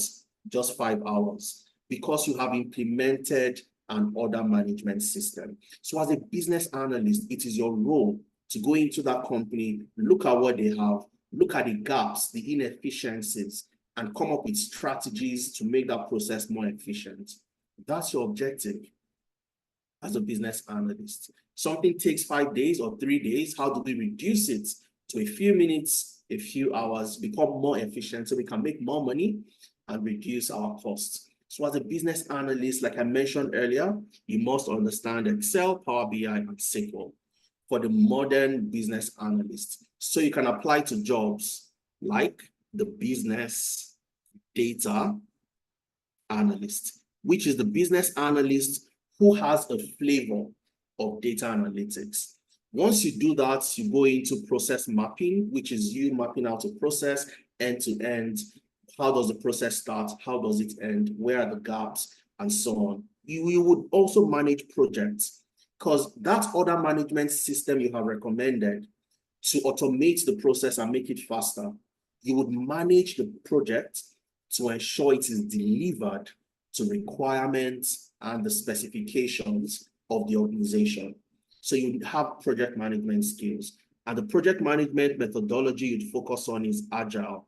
The Agile methodology using the Scrum framework and the Scrum principles. You'd also learn the software development lifecycle, which is you understanding, because of the type of projects you are managing, projects that involves automation, building of software, building of applications. You need to know how that software is planned, how the software is designed, how it is built, how it is deployed, how it is maintained, tested, and so on and so forth. All right. You need to also understand requirements fundamental. For those of you that took notes, you'd have seen this as part of the requirements for the business analyst roles when we scrape our data from LinkedIn. And this is you interacting with all the different stakeholders across the process from start to finish, understanding the requirements that will be needed to build that solution for the organization. Elicitation, this is where you ask the right questions, interview, set up workshops, focus group sessions, Zoom meetings, Teams meetings, to ask the right questions to get answers to help you solve the problems. You're going to manage a lot of stakeholders, internal and external.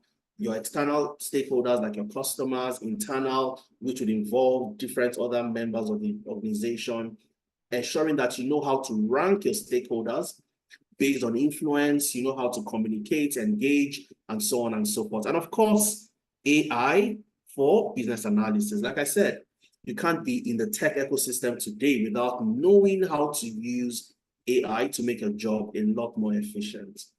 The program is also for 4 months.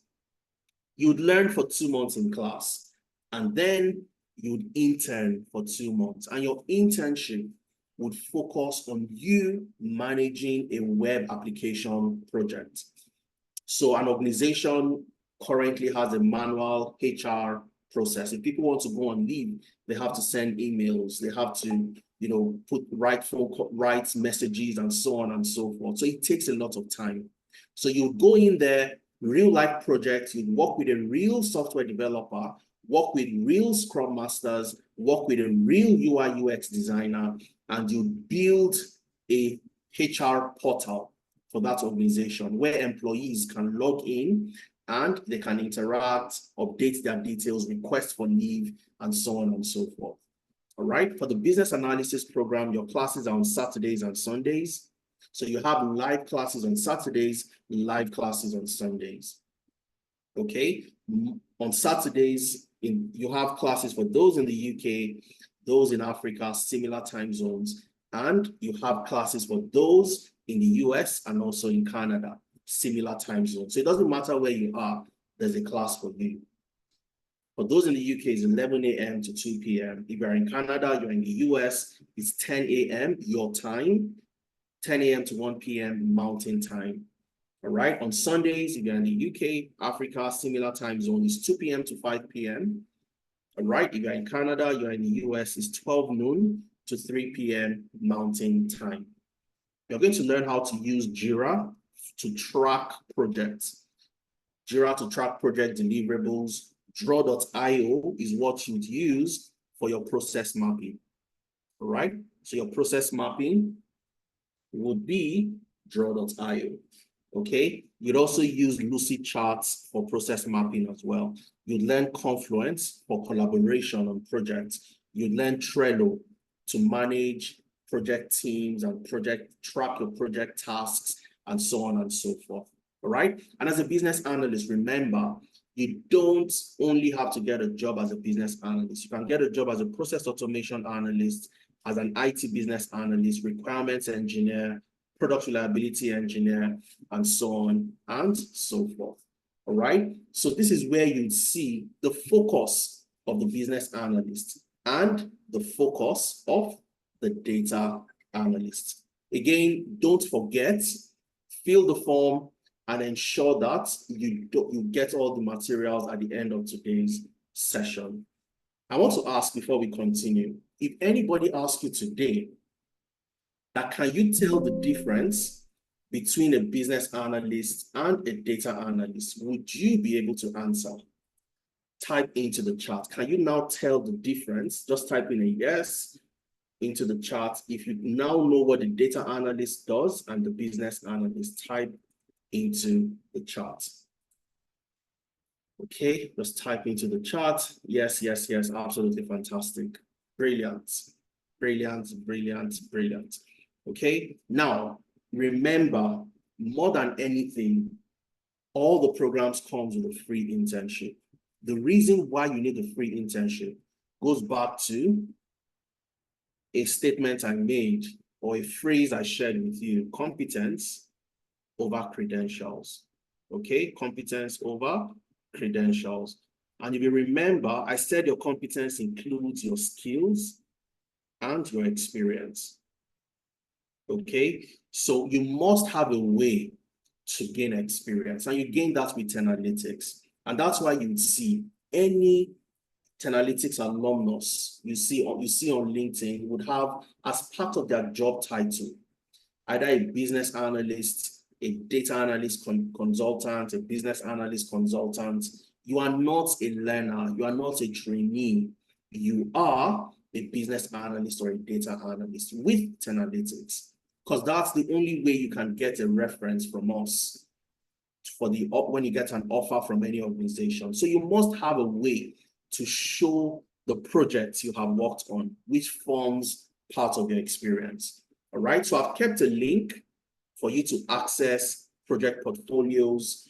You can click on the link, you'd see the way a portfolio should look like and what you should have as a data analyst, as a business analyst, to showcase to recruiters out there that you have the skills, you've done it before, and so on. If we have time, I'll come back to show you. Because of time, I'm just going to leave the link there for you. You can access it. All right. So always remember, your job offer is not only the technical skills. You must have the employability skills, and that's the T+E equation. Okay. And how do you get employability? If you ask me, what has been the game changer for people to get jobs across all the regions, as a data analyst, as a business analyst, or any other tech-related area? It cuts across these things I'm going to show you now. So take note of it. Level 1 involves your CV review. So we have CV review sessions, and this is where you know how to write your CV. If you listen to Oluwadamilare, you would have heard when he said, one of the focus is on the CV. You must have a CV that meets the requirements of the job you're applying to. So you must know how to tailor your CV. You must move away from using one CV to apply to 100 jobs. You would use one CV to one job, and you know exactly what to do. You must have an optimized LinkedIn profile. So we help you optimize your profile. If you don't have a LinkedIn profile, we work with you to create one. You must also have an Upwork profile. This is how you get jobs to work as a freelancer across different regions across the globe, working on projects as a freelancer, navigating the job market. So when you've seen where the jobs are, the next question is, Adeza, how do I apply to these jobs? In Canada, for example, there's a preference for this over that. In the US, you have high numbers here. How do I apply? Where do I apply? And that's where navigating the job market comes in. So we have sessions every Thursdays where practically we show you, myself, the co-founder, other industry experts, and we show you exactly what to do, how to apply, where to apply, and so on and so forth. And of course, once you get an interview opportunity, we work with you, prepare you for the interview. I dare say this is one of the most important out of every other thing, out of all your employability skills. You need to know how to answer questions, how to introduce yourself, how to answer competency-based questions using proven, structured techniques. To introduce yourself, for example, you use the SEAT approach, SEAT. S for skills, you must always start with your skills. You talk about your experience, you move to your achievements, and then you talk about your type of person, or you can also call this your traits. You must always use this framework, and that's the only way you can introduce yourself without sounding ridiculous. Oh, my name is Adeza. I'm from Kogi State in Nigeria. I'm the first son of my family. I've worked as a data analyst. That's not the way to introduce yourself. You must introduce yourself in a logical, structured manner. My name is Adeza Suleiman. I have expertise in the use of Excel, Power BI, SQL, and Tableau. Structured to the job you're applying to. You see what they want. You structure your skills to that. I have close to a decade years of experience working across the energy sector, automobile, financial services, where I was able to help my organization build a robust data warehouse, which increased our reporting time by 30%. While I was also in the automobile sector, I helped to build real-time data visualization project, which helped the team members see what was happening on the field in real time. And this increased our revenue by 50%. Your achievements. I'm a problem solver. I like to attack problems head on. I work with a team to ensure I achieve my objectives, and I take punctuality as one of my key principles as a professional. Your type of person, also tailored to the organization's core values. So you must go to the website and look for their core values, and then you tailor your type of person to meet those core values. You must know what to say. You can't ramble in your interview because the interview is a sales pitch. You must also know how to answer competency-based questions because they carry the highest marks using the STAR technique. S for the situation, you start with the situation, you talk about the task that was involved, you talk about the actions that you took and the results of your outcome. And this is the only way you can speak intelligently in an interview. So we work with you, we come up with the questions. I can look at a job description and tell you categorically the type of questions to expect. So we simulate that environment, we work with you, prepare you. Most of the time, you have to go back and prepare again, come back for a second session, and that's where you see people getting fantastic opportunities. And of course, once you get that offer, any organization would want a reference. Oh, tell me where you have worked before. You tell them I've worked with analytics. And I say this, and it's very important. The moment you tell somebody that you are a learner, oh, I learned this in the last 3 months, the last 4 months, the last 5 months, forget it. They're not going to get hired because they would look at you as a beginner, as somebody who would learn at their own expense. But guess what? You have the skills. You've done the job. You've worked as a banker back in Nigeria. You have 12 years experience. Will your 12 years experience go to waste? No. We show you how to, tailor your past experience to your current job career path. That's part of the things you do in your CV review session. And you also include Analytics as your work experience. So anybody who sees this would see that, oh, you are currently on that role. So you have the experience to bring the same level of skills to implement work for us. Very, very important. And of course, we also have our weekly mentorship session. So you get to see me every week, the co-founder every week. We bring in experts as well to work with you. Every single week, you have a mentorship session and on-the-job support. So you get a job and you need help. Okay, you need assistance. There's something that you found, you've not worked on that before, seems a little bit challenging. You want to get extra support. So we work with you, ensuring you don't breach any data privacy, laws within your organization and so on and so forth. Now, before we go into, people have been sending me DMs, Adeza, what does it take for me to join? How much does it cost? And so on and so forth. I'm going to show you what our learning management system looks like. So when you join us, how do you learn? What's the structure and so on and so forth, okay? There is no extra fee for the employability service. Once you join any of our programs, it comes with any program. It comes with the data analytics, it comes with the business analysis. You get all of these for free as part of, because like I said, you can't get a job with only the technical.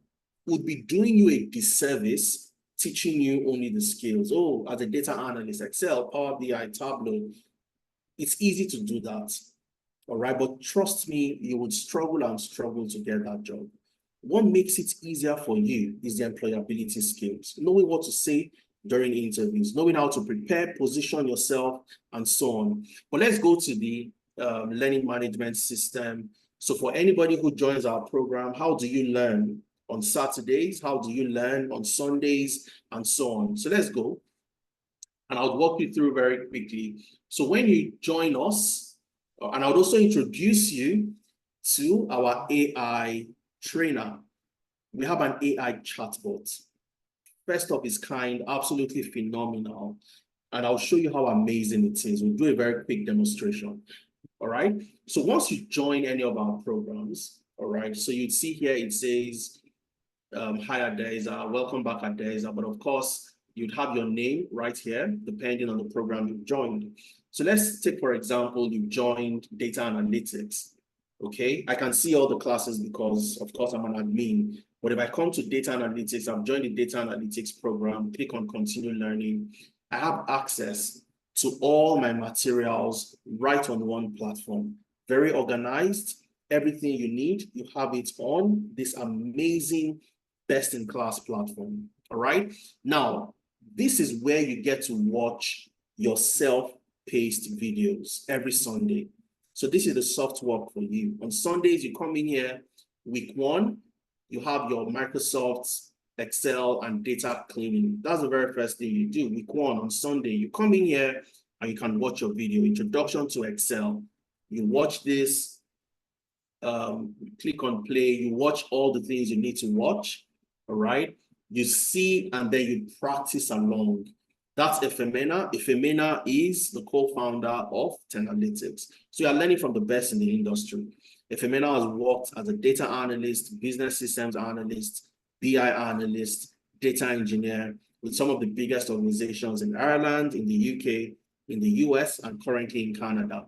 Okay, so you get to learn from Efemena, learning how to use Excel. You see all the things he's doing. You practice all of this alongside what he's doing. Okay, so all your videos from week 1 to week 2, your course materials are all here. You get access to this, and you have lifetime access. So even when you are done, you've gotten a job, and you remember that, oh, in class, there was something Ifemena showed us. I want to go back and see. You can come back to the platform. You have lifetime access to the platform. Okay, so now this is where you watch your classes on Sundays. And you also have an AI chatbot called Oluko. For those of you who are Yoruba, you know what Oluko means. Our chatbot is named Oluko. Oluko means teacher. All right. So let me show you how amazing Oluko is. Okay. So let me go to new chart. And Oluko simply helps make your learning experience amazing. Now, let's assume you have registered for data analytics. Okay.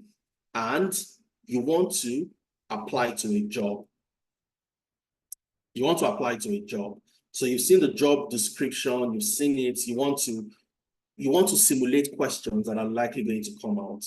Oluko has been built with the same GPT-4 that currently runs ChatGPT.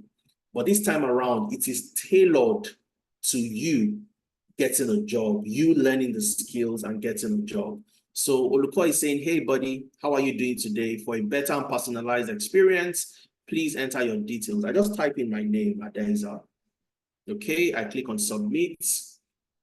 Hello, Adeza. My name is Oluko, which stands for teacher. I'm a personal AI trainer designed by Analytics. Which of the categories best suits your current concerns? So there are 4 major categories. You can search for career-related questions, course content, explanation, code-based issues. So you're writing codes, for example.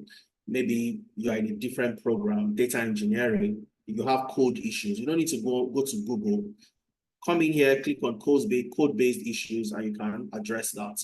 Interview preparation. So let's assume I want to prepare for an interview before I meet with Adeza. So let's say you scheduled your interview session, but before you meet, you want to test and see, okay, how can I even practice on my own? I click on interview preparation, and Oluko will tell me, wow, you are awesome. Congratulations on securing this interview. I'm happy to be your interview buddy. I'll provide you with a detailed guide and possible questions to be asked. Please copy and paste everything about the job in the chat below. Okay, so let's take a job. Let's go to a job very quickly. All right, and let's do it together. So I just go to a job very quickly, and I'll do this in 2 minutes because of time. All right, so let me go to LinkedIn. I type data analyst. Let me copy any job I find out there. Okay, I type data analyst. All right, I click on jobs to bring out some jobs for me. Okay, so let's see jobs posted in the past week. Okay, so jobs posted in the past week. Let's go to past week and let's see one of these jobs. Let's go to Asda. Okay, so I want to apply to this job at Asda. So I come in here, I want to see what Asda wants me to do. All right, so I copy about you, which is about the job, what they would expect me to do working with Asda. So I come in here and I copy this. Okay, so this is what talks about the job.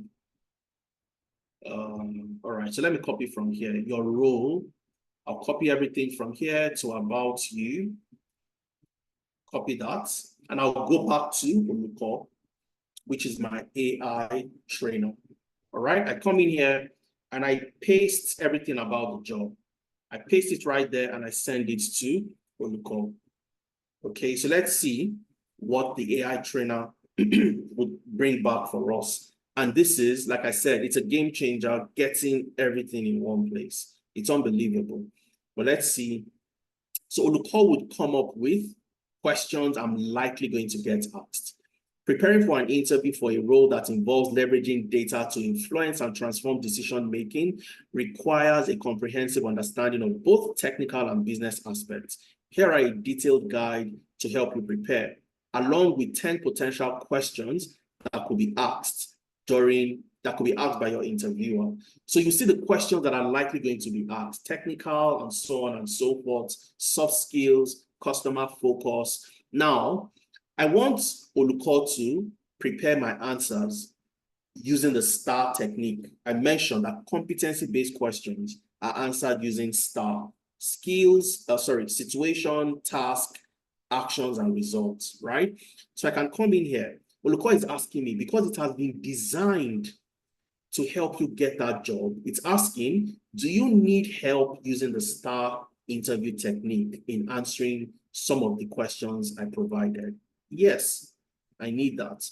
And Olùkọ́ will go ahead and provide, please type the industry you want me to tailor the answers, ensure you type the industry you have experience in or the industry you're applying to.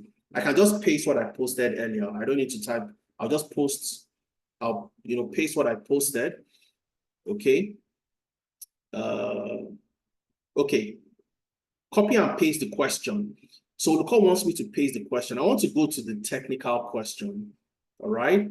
Question: how do you handle querying, manipulation, and transforming large data sets? Can you provide an example?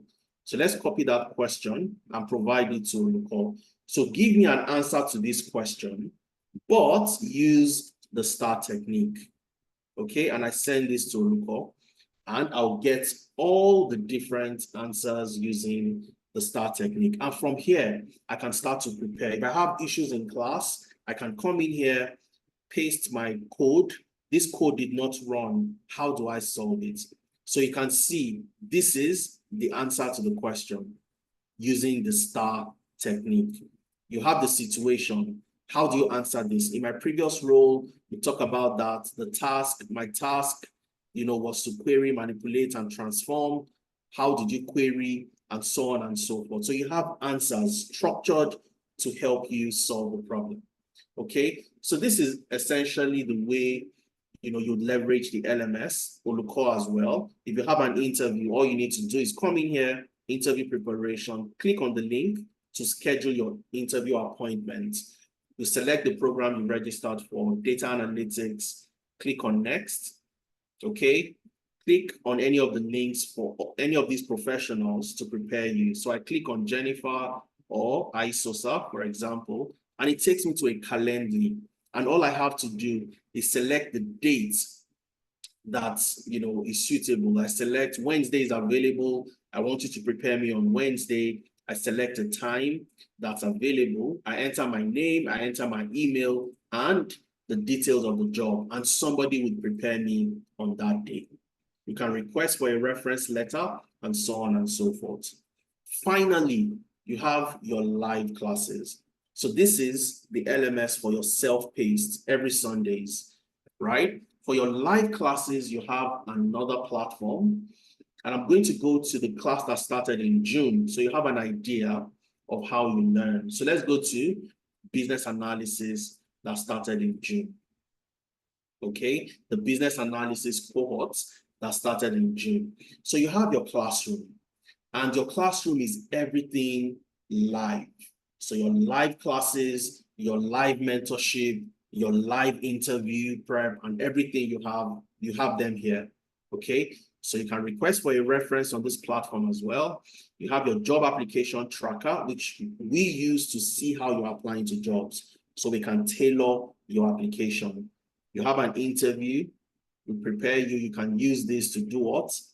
Book your interview session. You have a business analyst JD that we've provided for you, the best in class, best format for the ATS, and so on and so forth. All right, now let's go to one of the classes, and I want to show you what we mean. So you see your LinkedIn optimization, mentorship sessions, and so on and so forth. What do we mean when we say project-based class? So let's go to Power BI, for example. If you go to your Power BI class. Let's go to the material. So you go to the material, I click on the PDF document, okay? So all your classes are project-based. All your classes are project-based. So you have your facilitator, you know, what to expect and so on and so forth. So you have some introduction to Power BI, then you go to a case study. Now, why do you work with case studies? You work with case studies because guess what? You have people that have done the same thing you are trying to do. They've been in the industry for years. And this is how you build your own experience. So we've curated our experience into case studies. You work on those same case studies and you solve the problems. Your ability to solve the problems is what sets you up to know how to do the job on day one when you get hired as a data analyst, as a business analyst, and so on. So it's a case study driven approach. Everything is recorded. You solve this in class together. If you miss a class, the amazing part is your class is recorded. So you come in here, let's assume on a Saturday you were busy, you missed the class in the morning, you missed the one in the evening. You come in here, click on the class recording, and you can watch every single thing that happened in class. So you don't miss anything. All right. So I'm just going to mute. You don't miss anything that happened in class at the end of the day. So that's your facilitator walking you through your sessions. You can interact, you can ask questions, showing you how to get different Power BI visuals and so on and so forth. So it's interactive. You have the ability to ask questions and so on, okay? So this is what your live class looks like. Practical, project-based case studies. Now, the next cohort starts on the 3rd of August. And that's how you learn. The LMS, where you get to use what we call as an add-on, additional support, your personal assistant. You have your videos you can watch at your own convenience and everything you need down to your live classes. And a lot of people have asked me, oh, I'm a lawyer. Can I become a business analyst? Tammy was a lawyer who transitioned into a business analyst in the UK. You'd love to listen to Tammy. You have Zainab, who started her job as a data manager after completing our data analytics program. You have Bernard, who is in Canada doing his master's, secured a scholarship with Analytics providing a recommendation for him, and also securing a data analyst job with his professor in that same university. You want to get jobs across the data ecosystem, the tech ecosystem as a data analyst, as a business analyst. You don't want to miss the August cohorts starting on the 3rd of August. And our discounts we have available would be closing this coming week. The discount is amazing. It's one of my gifts to you to end or to start the new week. So for those of you who want to get into either the business analysis program or the data analyst program, you have a 20% off. Right off the bat, you have a 20% off. So if you're paying in dollars, instead of paying $750, you get to pay $600 broken into 2 installments, $400 for you to get started and $200 which comes in a month after you commence. All right. If you're paying in pounds, instead of paying £625, you get to pay only $500. So you get £125 discount right off the bat. You can make your payment in 2 installments of £350 to get started and $150 1 month into the program. If you're paying in euros, instead of paying $730, you get to pay $580, $400 to get into class, $180 1 month after the class commences. And if you're paying in Canadian dollars, instead of $1,125, you get to pay only $900, $600 to get into the class, and then $300 Canadian dollars a month after you commence the class. So I'll walk you through how to make payments, and then we take questions and wrap up our session. For those who will be joining the cohort starting in August, and you don't have to start in August, you can defer to start in September, to start in October, depending on the commitments you have currently. But the most amazing part is you can take advantage of the discount that exists and commence either this August, on the 3rd of August, or you start in September or October, you can defer up till 2 months into the future. So how do you make payments for those interested in joining? Before I take your questions, all you have to do, you can scan the QR code, and the discount is for the first 20 people from this session joining the business analysis or the data analytics program. It's not for everybody. And once the numbers are complete, the discount is off the table. All right. So how do you make payment to become one of the first 20 people to register? You want to be one of the first 20 to register from this session. How do you take advantage of that? All you have to do is click on this link. All right. It takes you to the enrollment center, which is where you get to make payments. And all you have to do, you can make payments using different options. You can either do a direct transfer. If you're paying in Canadian dollars, you can pay through Interact, do a direct transfer. The account is finance@tenalytics.org. Finance@tenalytics.org. For those paying in Canada, paying in Interact. If you're paying in pounds, you can pay to this pound accounts. Let me maximize this a bit. If you're paying in euros, you can pay to the euro account. If you're paying in dollars, you can do a direct transfer to the dollar account. Now, if you're paying using your credit or debit card, all you have to do is come in here to where you see the card online payments, and then you can select data analytics or business analysis. I want to become a business analyst. I click on business analysis. It takes me to the business analysis page. And remember, you can secure your discounts today. All right. Now, for me to secure my discounts, all I need to do is make my first installment. So I'm paying in pounds, for example. And once you click on the link, it will show you the currency based on your location. If you are in the US, you see the US dollars. If you are in Canada, you see Canadian dollars. If you are in the UK, you'd see pounds, and so on and so forth. Okay. Now, I want to make my payments in pounds. All I need to do, I want to secure my discount. I just come in here. To secure my discount, I need to pay £350, and that secures my discount for me. So I type in £350, I click on proceed to pay, and then I go ahead and make payments. All right. But then again, £350 is what I need to secure my discount to start the class. But I don't have £350 today.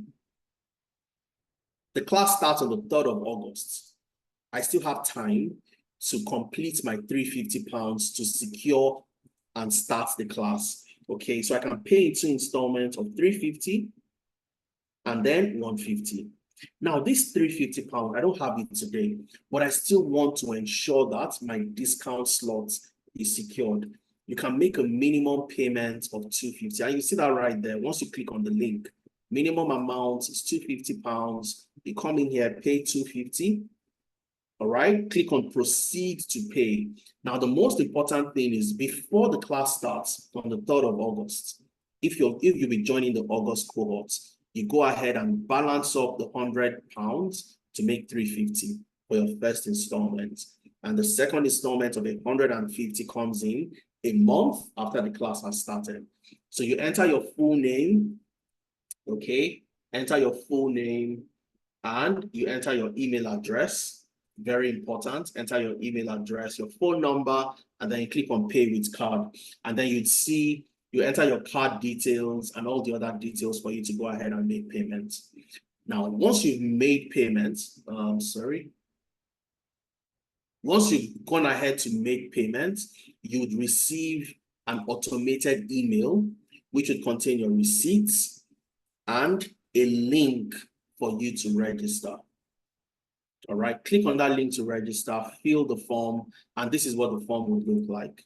Okay, so for those of you that do a direct transfer, you don't get that link automatically because you've done a direct transfer. Take a screenshot of your proof of payment, come back to the enrollment center and click on upload your receipts. Once you click on upload your receipts, you have this form. So this form comes to you automatically once you pay with your credit or debit card. All right, you enter all your details, your email, click on next, type of payment, if it's the full payment or initial payment.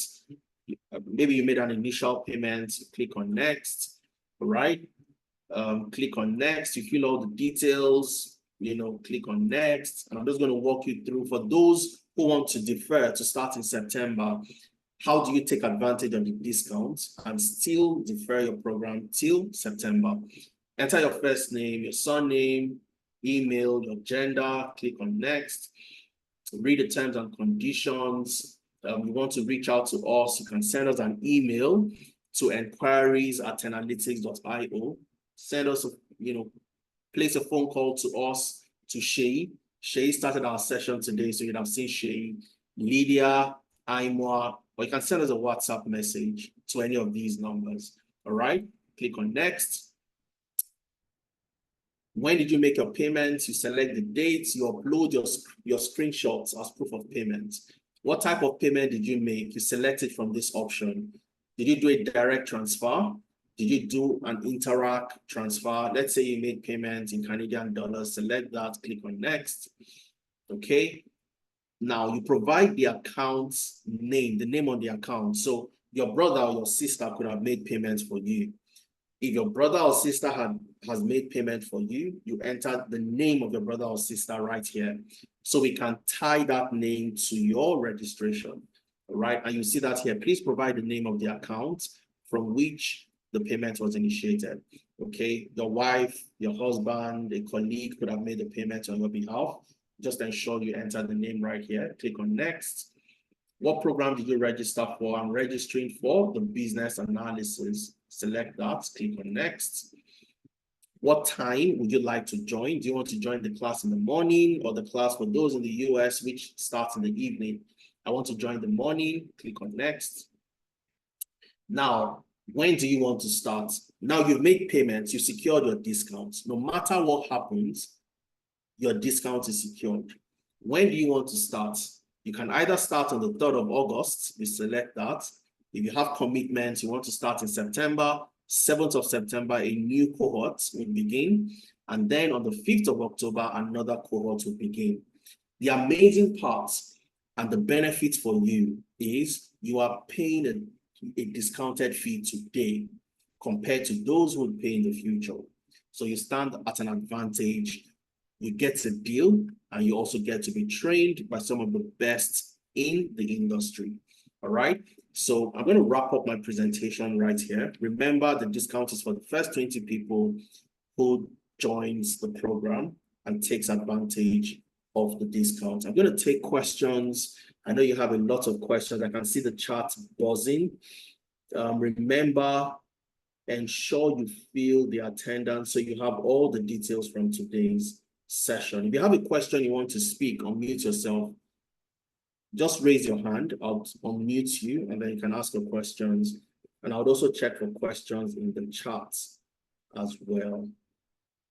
Okay, I'm not sure OE joined us early enough, but I think your question has been answered. Are you guys Nigerians? Absolutely, I'm a Nigerian. I'm a Nigerian based in Canada. All right, we're a company based in Canada. It's a Canada company registered in Canada. We operate out of the UK, Canada, and Nigeria. Okay. If you are all you need to do for Naira payments, if you are in Nigeria, anywhere you are, it doesn't matter. Click on the link, you'd see the currency based on your location. Okay, you'd see the currency based on your location. So OE, click on the link, and you'd see the currency based on your location. All right, with the prevalent exchange rates currently.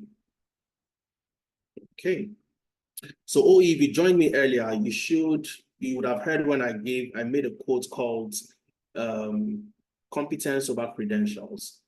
All right, and then again, if you ask yourself the question that how do people get jobs in the UK, in Canada, and in the US? It goes to show you that they have the skills, number one, they have the experience gotten from Analytics, number two, and then they also have the certification comes after you have the skills and experience, which, like I said, the certification is a nice to have, for your bragging rights. It's not in any way necessary or important for you to get the job. I hope I answered the question, Obi. All right, so let me take a question from somebody who has his hand up. Rotimi Popola, about to unmute yourself. Let's hear from you. How are you doing today, Rotimi? Yeah, I'm fine. Good evening. I really enjoy your section. Very fantastic.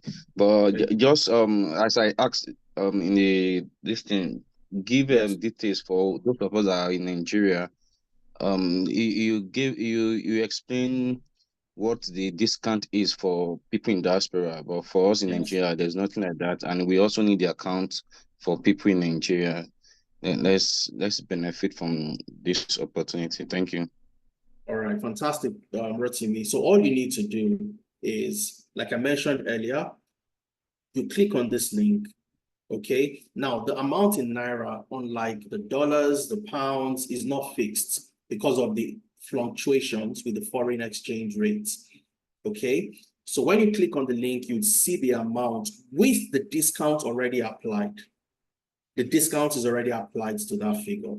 So whatever you have here for your dollars, for example, those who pay in dollars will pay 600. They start by paying 400 and then 200. So for those in Nigeria, for those in Ghana, you'd see the equivalent, all right, of the $600 in Naira at the current prevailing market rate. So that's why it's not a fixed amount, because of the swings with the foreign exchange, if that makes sense to you. We don't have any control on that, so it can't be a fixed amount. So with the dollars, with the pounds, and the rest is fixed. With the Naira, all you need to do, click on the link, it will show and display the amount in Naira. I'm not in Nigeria at the moment, so I can't show you from here. I don't know if that answers your question, Rotimi. And if you ever have any questions around that with regards to payments, you're trying to make payments, you can reach out to any of my colleagues on these numbers. You can talk to Shay on this number. You can talk to Lydia. So you can take a screenshot, all right? You can talk to Aima on this number, or you can send us a WhatsApp message to this number, okay? Or an email to enquiries@analytics.io. Okay, and this gives you, you have somebody jump on a call with you, see where the issue is, help you address that, and so on. But Rotimi, if you scan this QR code right now, or you click on any of the links my colleagues have sent in the chat, you'd see the fee displayed in Naira if you are in Nigeria. Okay, I hope that answers your question.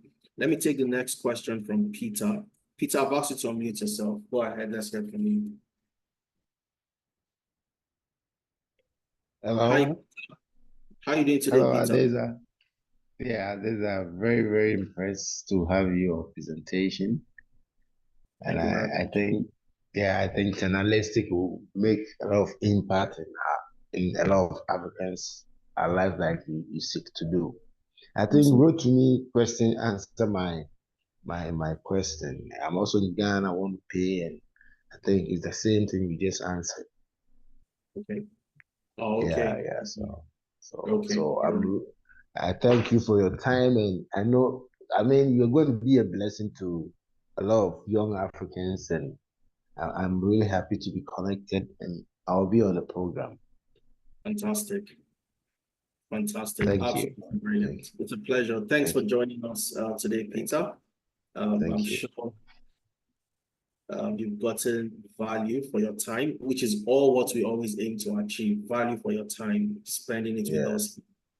Yes, I have. During the weekend. Thanks a lot, Peter. Thank you. So I'll go to the next question from Shamila. Shamila, I've asked you to unmute yourself. Let's hear from you, Shamila. How are you doing today, Shamila? Hi. Thanks for the session. It was really informative, really good. Having looked at this, I think I have maybe one thing that sort of stands out to me is that I'm based in the UK, and I can't really see. I think there's a lot from people who are based in Nigeria, based in Canada, and I think every job market has its nuances. So, even with your contact numbers, I can't see anyone based in the UK. So, I suppose, I'd love to know maybe a bit more around how you support, you know, people that are not in those core markets where you have people? All right. So Shamila, like I mentioned earlier, we used to operate out of the UK before we moved to Canada and registered in Canada in the month of May. Most of the people you'd see, people that have gotten jobs, are people from the UK, because that's where we have 90% of, you know, our current participants and the job market, people coming from that region. We are very well aware of the nuances around across different regions, specifics, and so on and so forth. I'll give you an example, all right? You have ICMAT, for example. ICMAT works with the NHS. And I always like to, I say this all the time and I brag about it. Currently, we have 54 participants, 54 alumni, okay? 54 alumni. They came into Analytics, completed their programs with Analytics, and they currently work with the NHS in the UK. 54 of them. And they all carry the job title of business architect, pathology data analyst, benefits analyst, data analyst, and so on and so forth. If I scroll through the job, all the people, most of the people that have gotten jobs, and they're also available on YouTube, I'll walk you through that. They cut across, majority of them come from the UK, because that's where we have the highest number of registrations from. So you're in a very good, I would say, company working with us. I've lived in the UK myself. I lived in Manchester. I lived in Bradford. I schooled in the University of Bradford. And I've also worked with the Bell Run Group in the UK as well. So we are familiar with the markets. We know what works, how to search for jobs in the UK in terms of jobs that give you the opportunity to get a COS, to get a type of visa, a skilled worker visa, and so on and so forth. All right. So we don't operate with just one market. We operate across the major economies, the UK, the US, and Canada. And in terms of number of registrations, number one is the UK, number two is the US, and then Canada. Okay, so I don't know if that helps to answer your question, Shamila. I don't know if you're still unmuted or you muted yourself again. All right, so Shamila has muted herself. I'm going to ask you to unmute. I don't know if that answers your question. Shamila, you have other questions you'd like to ask? Yeah, no, it does answer my question. Yeah, it's just almost going through just a hesitation I had. So yeah, good to know. Thank you. All right, you're welcome. Absolutely fantastic. Thank you for joining us today, Shamila. Like I always tell people, business analysis in the UK is business analysis in Ghana, is business analysis in the US, is business analysis in Canada, all right? One of the things we've also done is to use the BCS curriculum, which is the Computer Society, the British Computer Society in the UK, which is the curriculum for the business analyst, and also use the IIBA curriculum, which you'd find in the North American region. So we use the two curriculums to build our business analysis curriculum. Now, the difference is if you learn business analysis by just writing the exams, reading for the exams, and so on, you only learn the theoretical skills. And that does not do you any good in knowing how to do the job. You want to know how to do the job. If you're hired on day one, how do you implement the things you say you know how to do? All right. And I think I'll take this opportunity to also walk you through what a portfolio looks like very quickly before we wrap up our session today. I'll go to Joseph's. Okay, let me go to Fumi because Fumi comes before Joseph's baby. I'd love to hear from Joseph's baby before we wrap up. Fumi, let me hear from you. You have a question? Yeah, I've got a question for you. Thank you for today. Really, with every information you've given, it was details enough. But I've got a few questions. With the number of students that you do take on, how do you manage them? That's one of my questions. And I've got other question. I've got one more question for you as well. The other one is because I'm looking into the financial analytics role. Normally, because I studied BA in business accounting, then I was looking for something more relating to that aspect. But I was thinking if I go on to the business analyst, is something that I can still juggle, like if I find a sort of role in, let's say, in maybe financial analyst, based on the experience I've got on the business analytics, can I use that skill as well? Absolutely. Absolutely, you can. Now, let me start with the first question, which is how we manage our participants. We have a class size of a maximum of 40.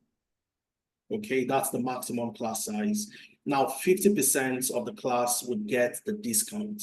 And that's why you'd see that the discount is for the first 20 people to register for that particular program. So if you're going to business analysis, the first 20 would get access to the discount. Data analytics, the same thing. Financial analytics, and so on and so forth. So we don't go above 40 for one class. We could have multiple classes running, but one class is a maximum of 40 in the class. So you have that one-on-one facilitator to participants interaction. So that's number one.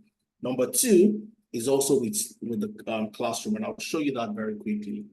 Now, we know that for people who are transitioning newly into the space, you would always have questions. You're going to stumble on one or two issues here and there. And that's why we have things we call the drop-in session. So the drop-in session is sort of like a makeup class.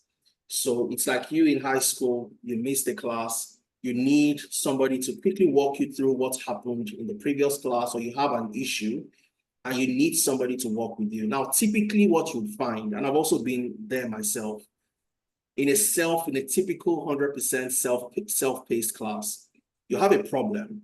There is nobody to talk to. There is nobody that can see what you've done wrong and tell you exactly what to do.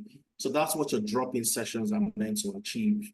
So let's take, for example, Fumi has joined the class, or she missed the class on Saturday or on Sunday, as the case might be, and she needs somebody to say, hey, Fumi, this was what we did in class. These are the areas you need to concentrate on. Where do you have issues? Have you watched your videos? You have a problem here. Let me look at what you've done. Oh, you did this wrongly. This is how you should have done it. All right. So with this, you have multi-layered, support system. So you don't find yourself at any point disillusioned with any problem you're facing. Another important aspect is you've joined a community in a WhatsApp group. I'll be in the WhatsApp group. Your class coordinator will be there. Your facilitator, who is your trainer, would also be in that group. If you have a problem and you send a question or you send a message or a screenshot to the WhatsApp group, usually before your trainer even responds, you have somebody who is in the same class, who understands it perhaps a little bit better than you, respond before you even go ahead. All right. And finally, going to your second question, which is you study business accounting, you are thinking of financial analytics, but currently you're looking at business analysis. And if you have complementary skills or skills you can transferable skills, absolutely. I always say this all the time. All right. Everybody is a business analyst. As long as you've helped your company increase revenue, reduce losses, interact with customers, you have done something along these lines. You are a business analyst. There was a lady who moved from Nigeria to the UK with her husband. She was a dependent, and all she had ever done was to run a bakery. She had never worked in a structured environment. Now she bakes for clients, for birthday parties, weddings, and so on. She's a business analyst today in the UK. Now, how were we able to transition her previous experience to business analysis? Very simple. Before you bake a cake for a customer, you ask questions. Or what type of cake, how many layers, what color, and so on and so forth. You are gathering requirements.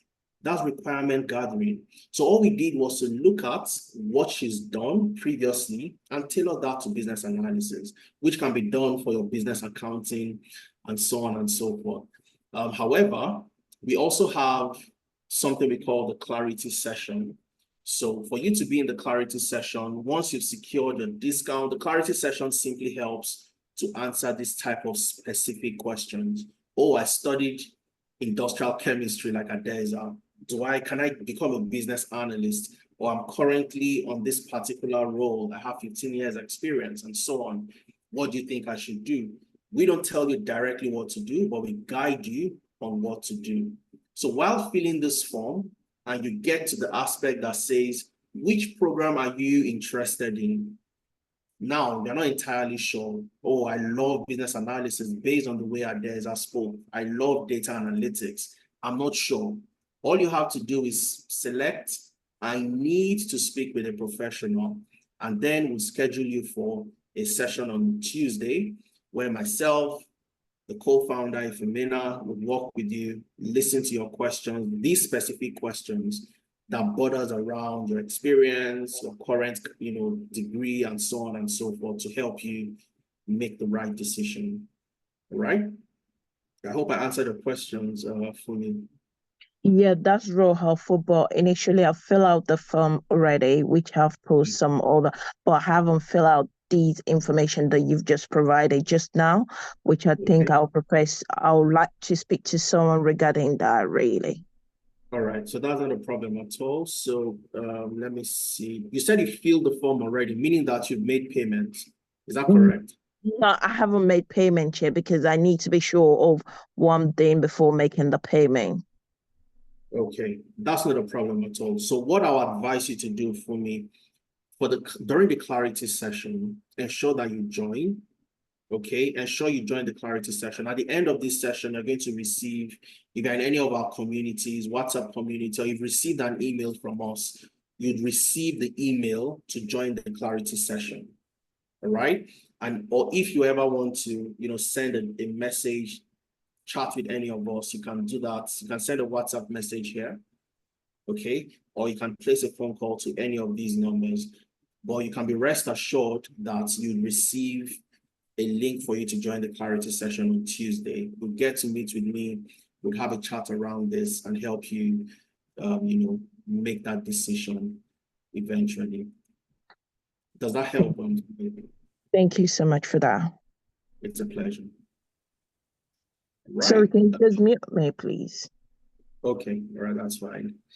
Let me go to the next question from, okay, Rotimi, you have your hand up again. I don't know if that's from before or you have another question. Sorry, I needed to come back again, yes. And I was trying to do the registration, and I saw 960K. So I wanted to ask, is that still based on the discount? Yes. Like I said, the discount has been applied across board, irrespective of the currency you're paying. Because like a few weeks ago, a colleague of mine talked about this thing. She was actually the one that shared this link with me. Yes. And what I saw on the website was 720. 720K. Yes, that's correct. Like that's 2 weeks ago. Yeah, unfortunately, 2 weeks ago, the exchange rate was also different from the exchange rate today. So again, like I always tell people, the best thing is to, register as early as you can, because you really can't control how this, will change or swing left or right. Now, if you're going to pay in Naira because of the large fluctuations, the best thing is to secure your discount. I know it's not in any way your fault, Rotimi, but if you had paid 2 weeks ago, you'd have been paying 720, which would have been a lot cheaper for you. Unfortunately, we can't control the exchange rates, all right? So that's what I'm thinking. Is this not a discount if the price keep increasing? It's just normal increase. It's not a discount for me if I'll tell you for a fact, Rotimi, it's still a discount. All right, because next week, 2 weeks from now, in October, in November, once you have another spike or another major change in the exchange rates, I can tell you that it's not looking like it's ever going to be cheaper than that. Okay, so the best thing is to get started as early as you can, and that's why we have multiple options for you to make payments in different currencies. You can pay in dollars, you can pay in pounds, you can pay in euros, you can pay in Canadian dollars. For anybody who joined us last week, 2 weeks ago, 3 weeks ago, you'd see that it's still the same amount. These amounts did not change. But because of the foreign exchange, like I said, with the Naira and the fluctuations, that's where you have those spikes. I don't know if that helps. Yeah, all right, no problem. Yeah, I got a point. Yeah. Okay. All right. So let me go. I actually wish the discount is still what I saw like 2 weeks ago, Yeah, but instead it's just increasing. unfortunately, the Naira is not, and it has no value at the moment. So you want to make the best you can out of it before it even gets any worse than it currently is. Okay, no problem. Thank you. All right, you're welcome, Rotimi. So let me go to the next person. That's Emmanuel. I think we'll take 2 more questions. So I'll take from Emmanuel, I'll take from Joseph's baby, and then we'll call it a day for today. So Emmanuel, please go ahead.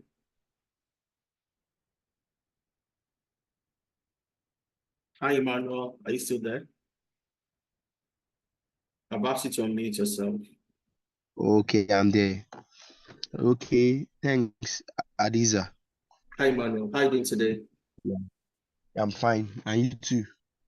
I'm very well. So because the money I saw, this thing I saw, the fee I saw there was Yes. 960.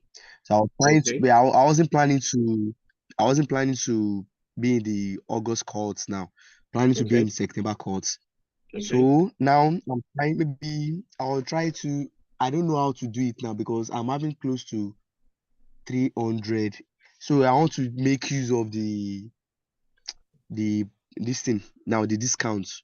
Yes. I don't know how to go about it. Okay.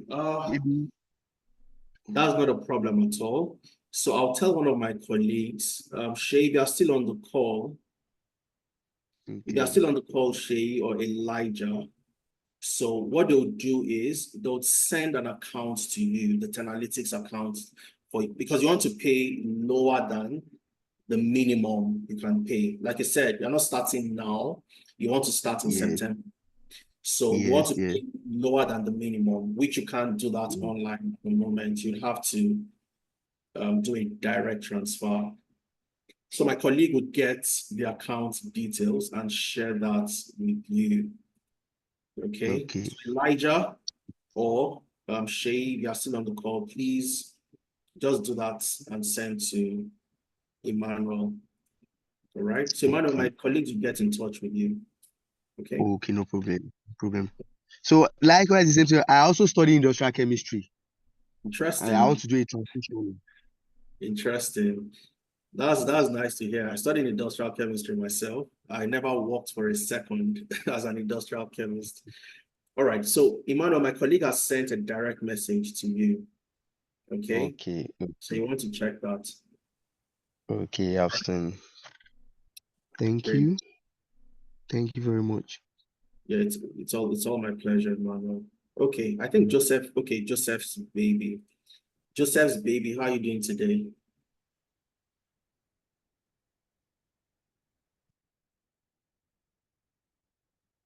I've asked you to unmute yourself. You're still muted. Okay. Hello. Good evening, everyone. Good evening, Joseph's baby. Good evening, Adeize. Oh, Adeize. Adeize. First of all, is that your real name? Is your real name Joseph's baby? What's your name? No, my name is Adora. Adora on the Melkusi.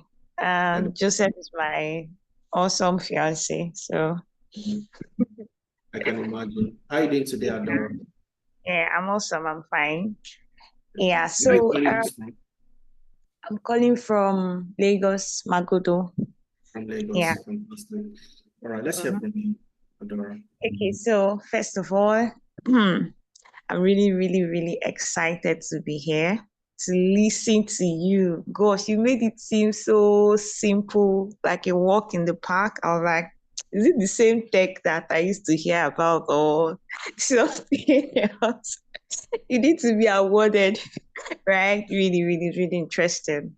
So from what I got, based on how I understood it is that data analysis, they do more of processing raw data, or they handle raw data, raw information, while the business analysis, they process the, they work with the process data.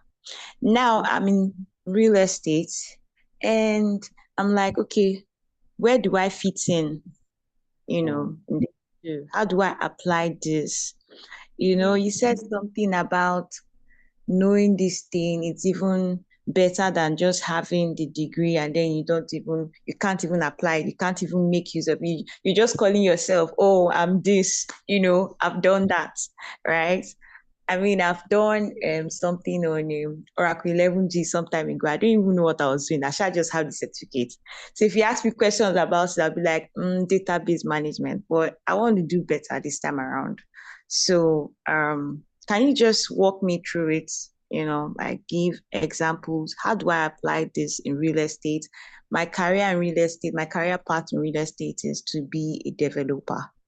So, yeah. To be a developer. Yeah, right. real estate. You said something around database management. Sorry, I missed that. You said you want to study database management. Did you say that? No. I said, you said something about we shouldn't just have these certificates and then we don't even know what to do with them, Absolutely. right? Absolutely. Yes. So I said I actually have Oracle 11G some time ago. Okay. And if you ask me, what do you know about it? I did SQL. I can't even remember. That's because, but it's just there in the CV. Oh, yes. This one has Oracle 11G. Oh, yeah, come on. I'll run away. So this time around, I want to do better, right? I really want to do better. And I'm really, really interested sort of in the business side. But I feel like the data analysis should be where I should start from. So how do I apply any of this in real estate as a real estate developer? Yeah, that should be. All right. So there are a lot of use cases for data analytics in real estate. Now, but first of all, it's not in any way a walk in the park. I need to clarify that. So maybe I had sounded that way. Now, when I sound that way, what I'm simply saying is, if you have the right support system, you have a constructive learning approach, and you know what to do, it's a lot easier compared to you trying to figure things out yourself. Okay, and that's where analytics comes in. So we work with you, apart from your training, we work with you on your CV and all the other things, your LinkedIn, the job interview preparation. Right? And then this is where things now become a lot easier than you trying to figure it out yourself. But as a business analyst, as a data analyst, you need to roll up your sleeves and get work. All right. Okay. Absolutely. Just want to clarify that. In real estate, there are so many use cases, and I'll give you a typical example. Okay. Now, you might want to price your houses. So you build houses in a particular location, say in Lekki, phase 1, and you want to price your houses in a way that it attracts, customers, not just based on what every other developer is currently charging, but what the house should actually worth. Okay. Now you can look at different factors. All right. Now, if the data is available, is a different case entirely. But looking at the real application in the real estate ecosystem, you want to look at the number of schools around that region. You want to look at if there is what's the distance from that house to a police station. All right. You might want to look at things around the water bodies. Do you have a beach or do you have a lake around? So what are those factors that could impact the price of a 4-bedroom duplex? Right? So you want to get that data. You want to get that data, the number of, maybe hospitals, the number of police stations, and create something as simple as a linear regression model. And your linear regression model would show you the impact of all those factors from historical data, from data that already exists, show you the impact of those factors on the prices of similar type of houses. So you can use that as a model to price your own buildings rather than just putting a price tag based on what you feel or based on what you think would, get you a profit. That's one direct application, I'll tell you for a fact. And I'm sure the data is available somewhere, either with the government or things that are available online. There are a lot of them available online, okay, but I haven't worked on one for the Nigerian markets, but I've done a project on this before for the US markets, where you get the data for on different factors: water bodies, hospitals, police stations, similar type of houses and their pricing, and so on and so forth. The number of crime recorded in that community. All of these things play a role into the pricing of a house or a building eventually. So you create a linear regression simply shows you how these factors impact the price. So with that, it's easier for you to build another house looking at those same factors, and your model can predict and tell you that this is the amount you need to charge for this particular house based on these factors that already exist, if that makes sense. But one thing I also advise Adora is you never want to be closed as a data analyst. When I was in Nigeria, I worked in financial services. That was where I started my career, in financial services. I worked for FITC. FITC is owned by the Central Bank of Nigeria and NDIC. That's financial services.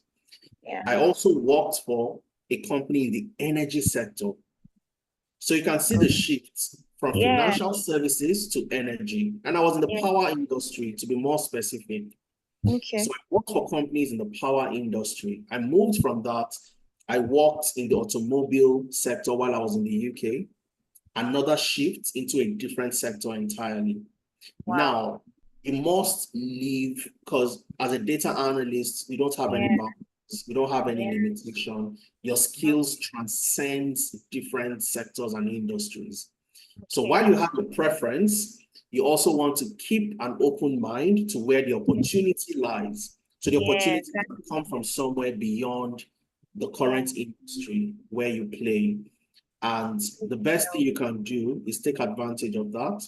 And you move into that industry, you learn about the industry, the business, what the business is all about, the industry is all about, and the same skills you have as a data analyst, you can then apply that in that same particular industry. That makes sense.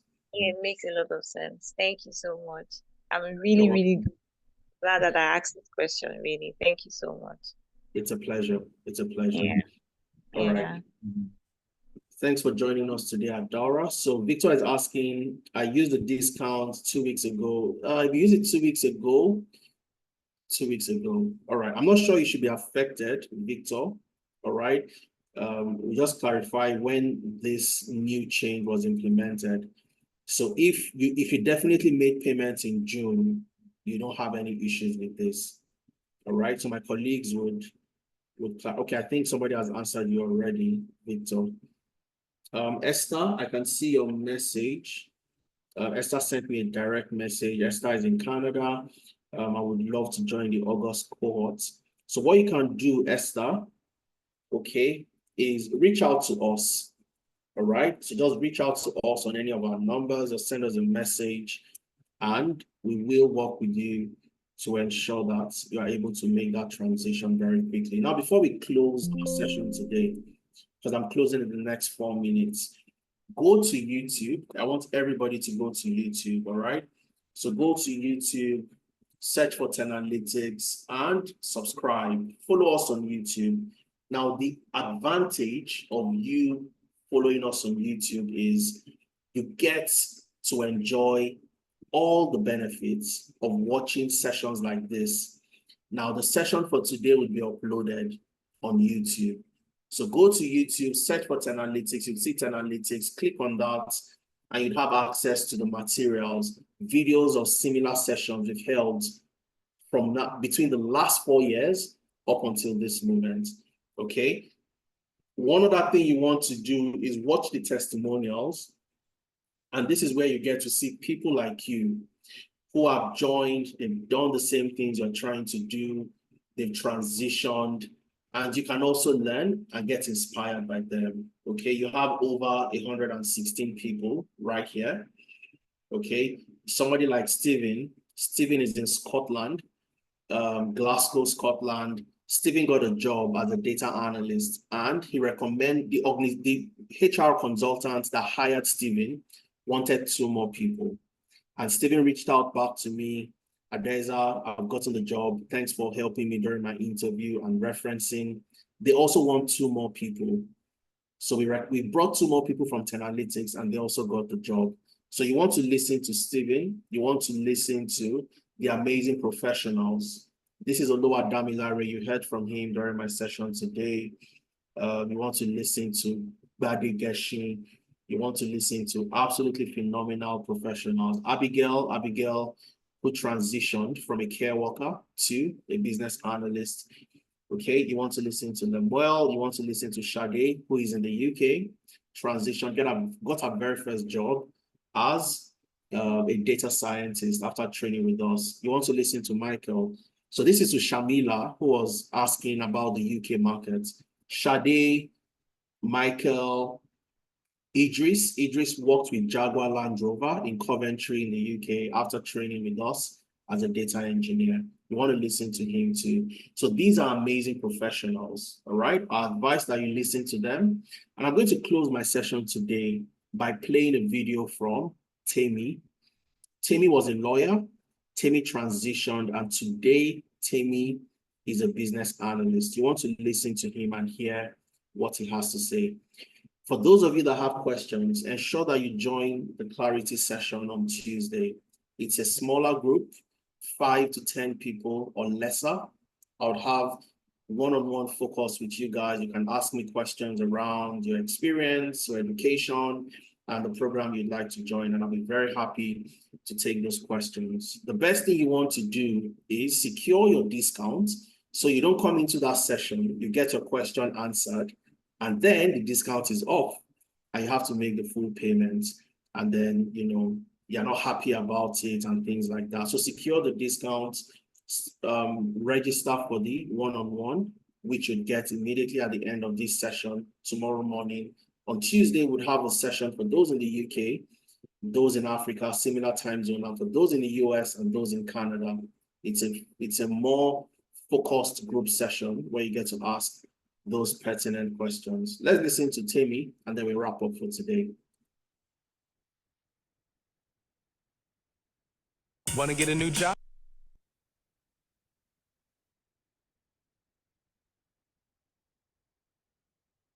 Good. My name is Temi Vaughn. I am a lawyer, and thanks to Tenalytics, I am now a business analyst. Now, I'm not doing this video because it is compulsory to do it, but because my journey with Tenalytics has been life transforming, and I want to share that with you. I remember I first of all encountered Tenalytics on Instagram, and I joined their free Zoom session, and that session was very convincing. Even the information they shared during the session was very, very useful. I didn't join the first time, right? But the second session that I had with them, I was convinced and decided to join.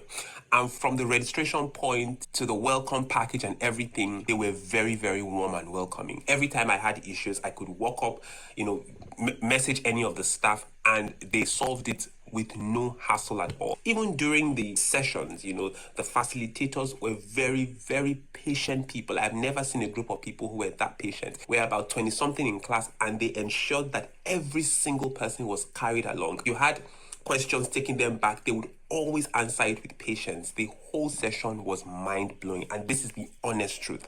Now, we're in an era where some certain skills are really required. Skills like business analysis, data engineering. And so my advocacy to you is, whatever you are doing, you need one or two of these skills. Now, if you want to learn these skills, I don't think there's any other place you can learn it other than Tenalytics. Now, these are some of the reasons why. One, apart from the fact that the organization will take you through the rudiments they will equip you with the skills needed to succeed in whatever course that you're taking. Another thing is that they help you to navigate through the tech world, especially if you've never been in the tech space before.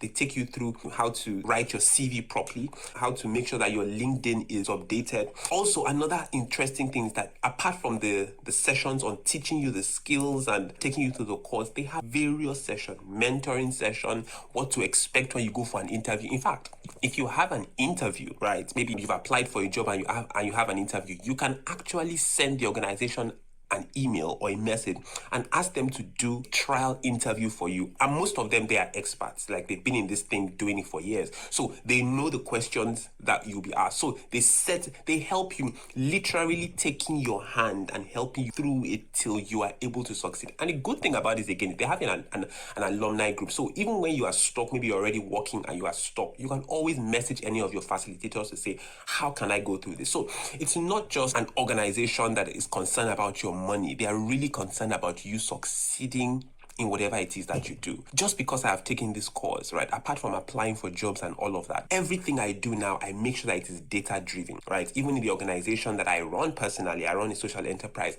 I make sure that I now have the skills to, when I'm asking a question using Google Form, I'm able to elicit information, data, and analyze the data to make informed decisions. So my mindset has really been transformed. Apart from the skills that I have, everything I'm doing, I'm making sure that it is data driven so that I can make informed decisions. Honestly speaking, if you really want to advance, right, I think that one of the places you should be is really Analytics, because they just don't teach you the course that you've registered for, but they take your hand and ensure that you succeed. Have a great life. All right. So hello everyone. I hope you are good. My name is Timmy Vaughn. Sorry, I'm just going to close that. That's Timmy Vaughn. Timmy Vaughn, like I mentioned earlier, Timmy was a lawyer, joined the business analysis, and you can hear him raving about how amazing, he had it. And, like I said, and I've mentioned this so many times, it's all about getting the job. That's the focus for us. I've seen a couple of messages, I think, from Precious. Precious, I got your message. I'd like to join in August. I'm in Canada. I'm ready to pay this week and pay before. So, Precious, what you can do is very simple, all right? You want to pay 300, very simple. Once you click on the link and it takes you to the enrollment center, take down this email. You can do a direct transfer using Interact, all right? Just use finance@10analytics.org. I'm going to copy this and paste in the chat. So once you do an Interact transfer to this email, we will receive your payment. Go ahead. After doing that, you take a screenshot as proof of payment, click on upload your receipts on this same form, and you are in the program. I hope that helps clarify that, Precious. Once again, thank you very much, guys, for spending your Sunday with us. For those of you in the UK, it's late in the evening, past 11. For those in Nigeria, similar time. For those in Canada, still very early in the afternoon. Thank you very much, guys. And I hope you got value for your time today. I'd love to see you in the program. Feel free, follow us on LinkedIn, follow us on Instagram, on X, on Facebook, across all platforms, most especially on YouTube. And I'll be looking forward to you joining the class and having an amazing, amazing journey together.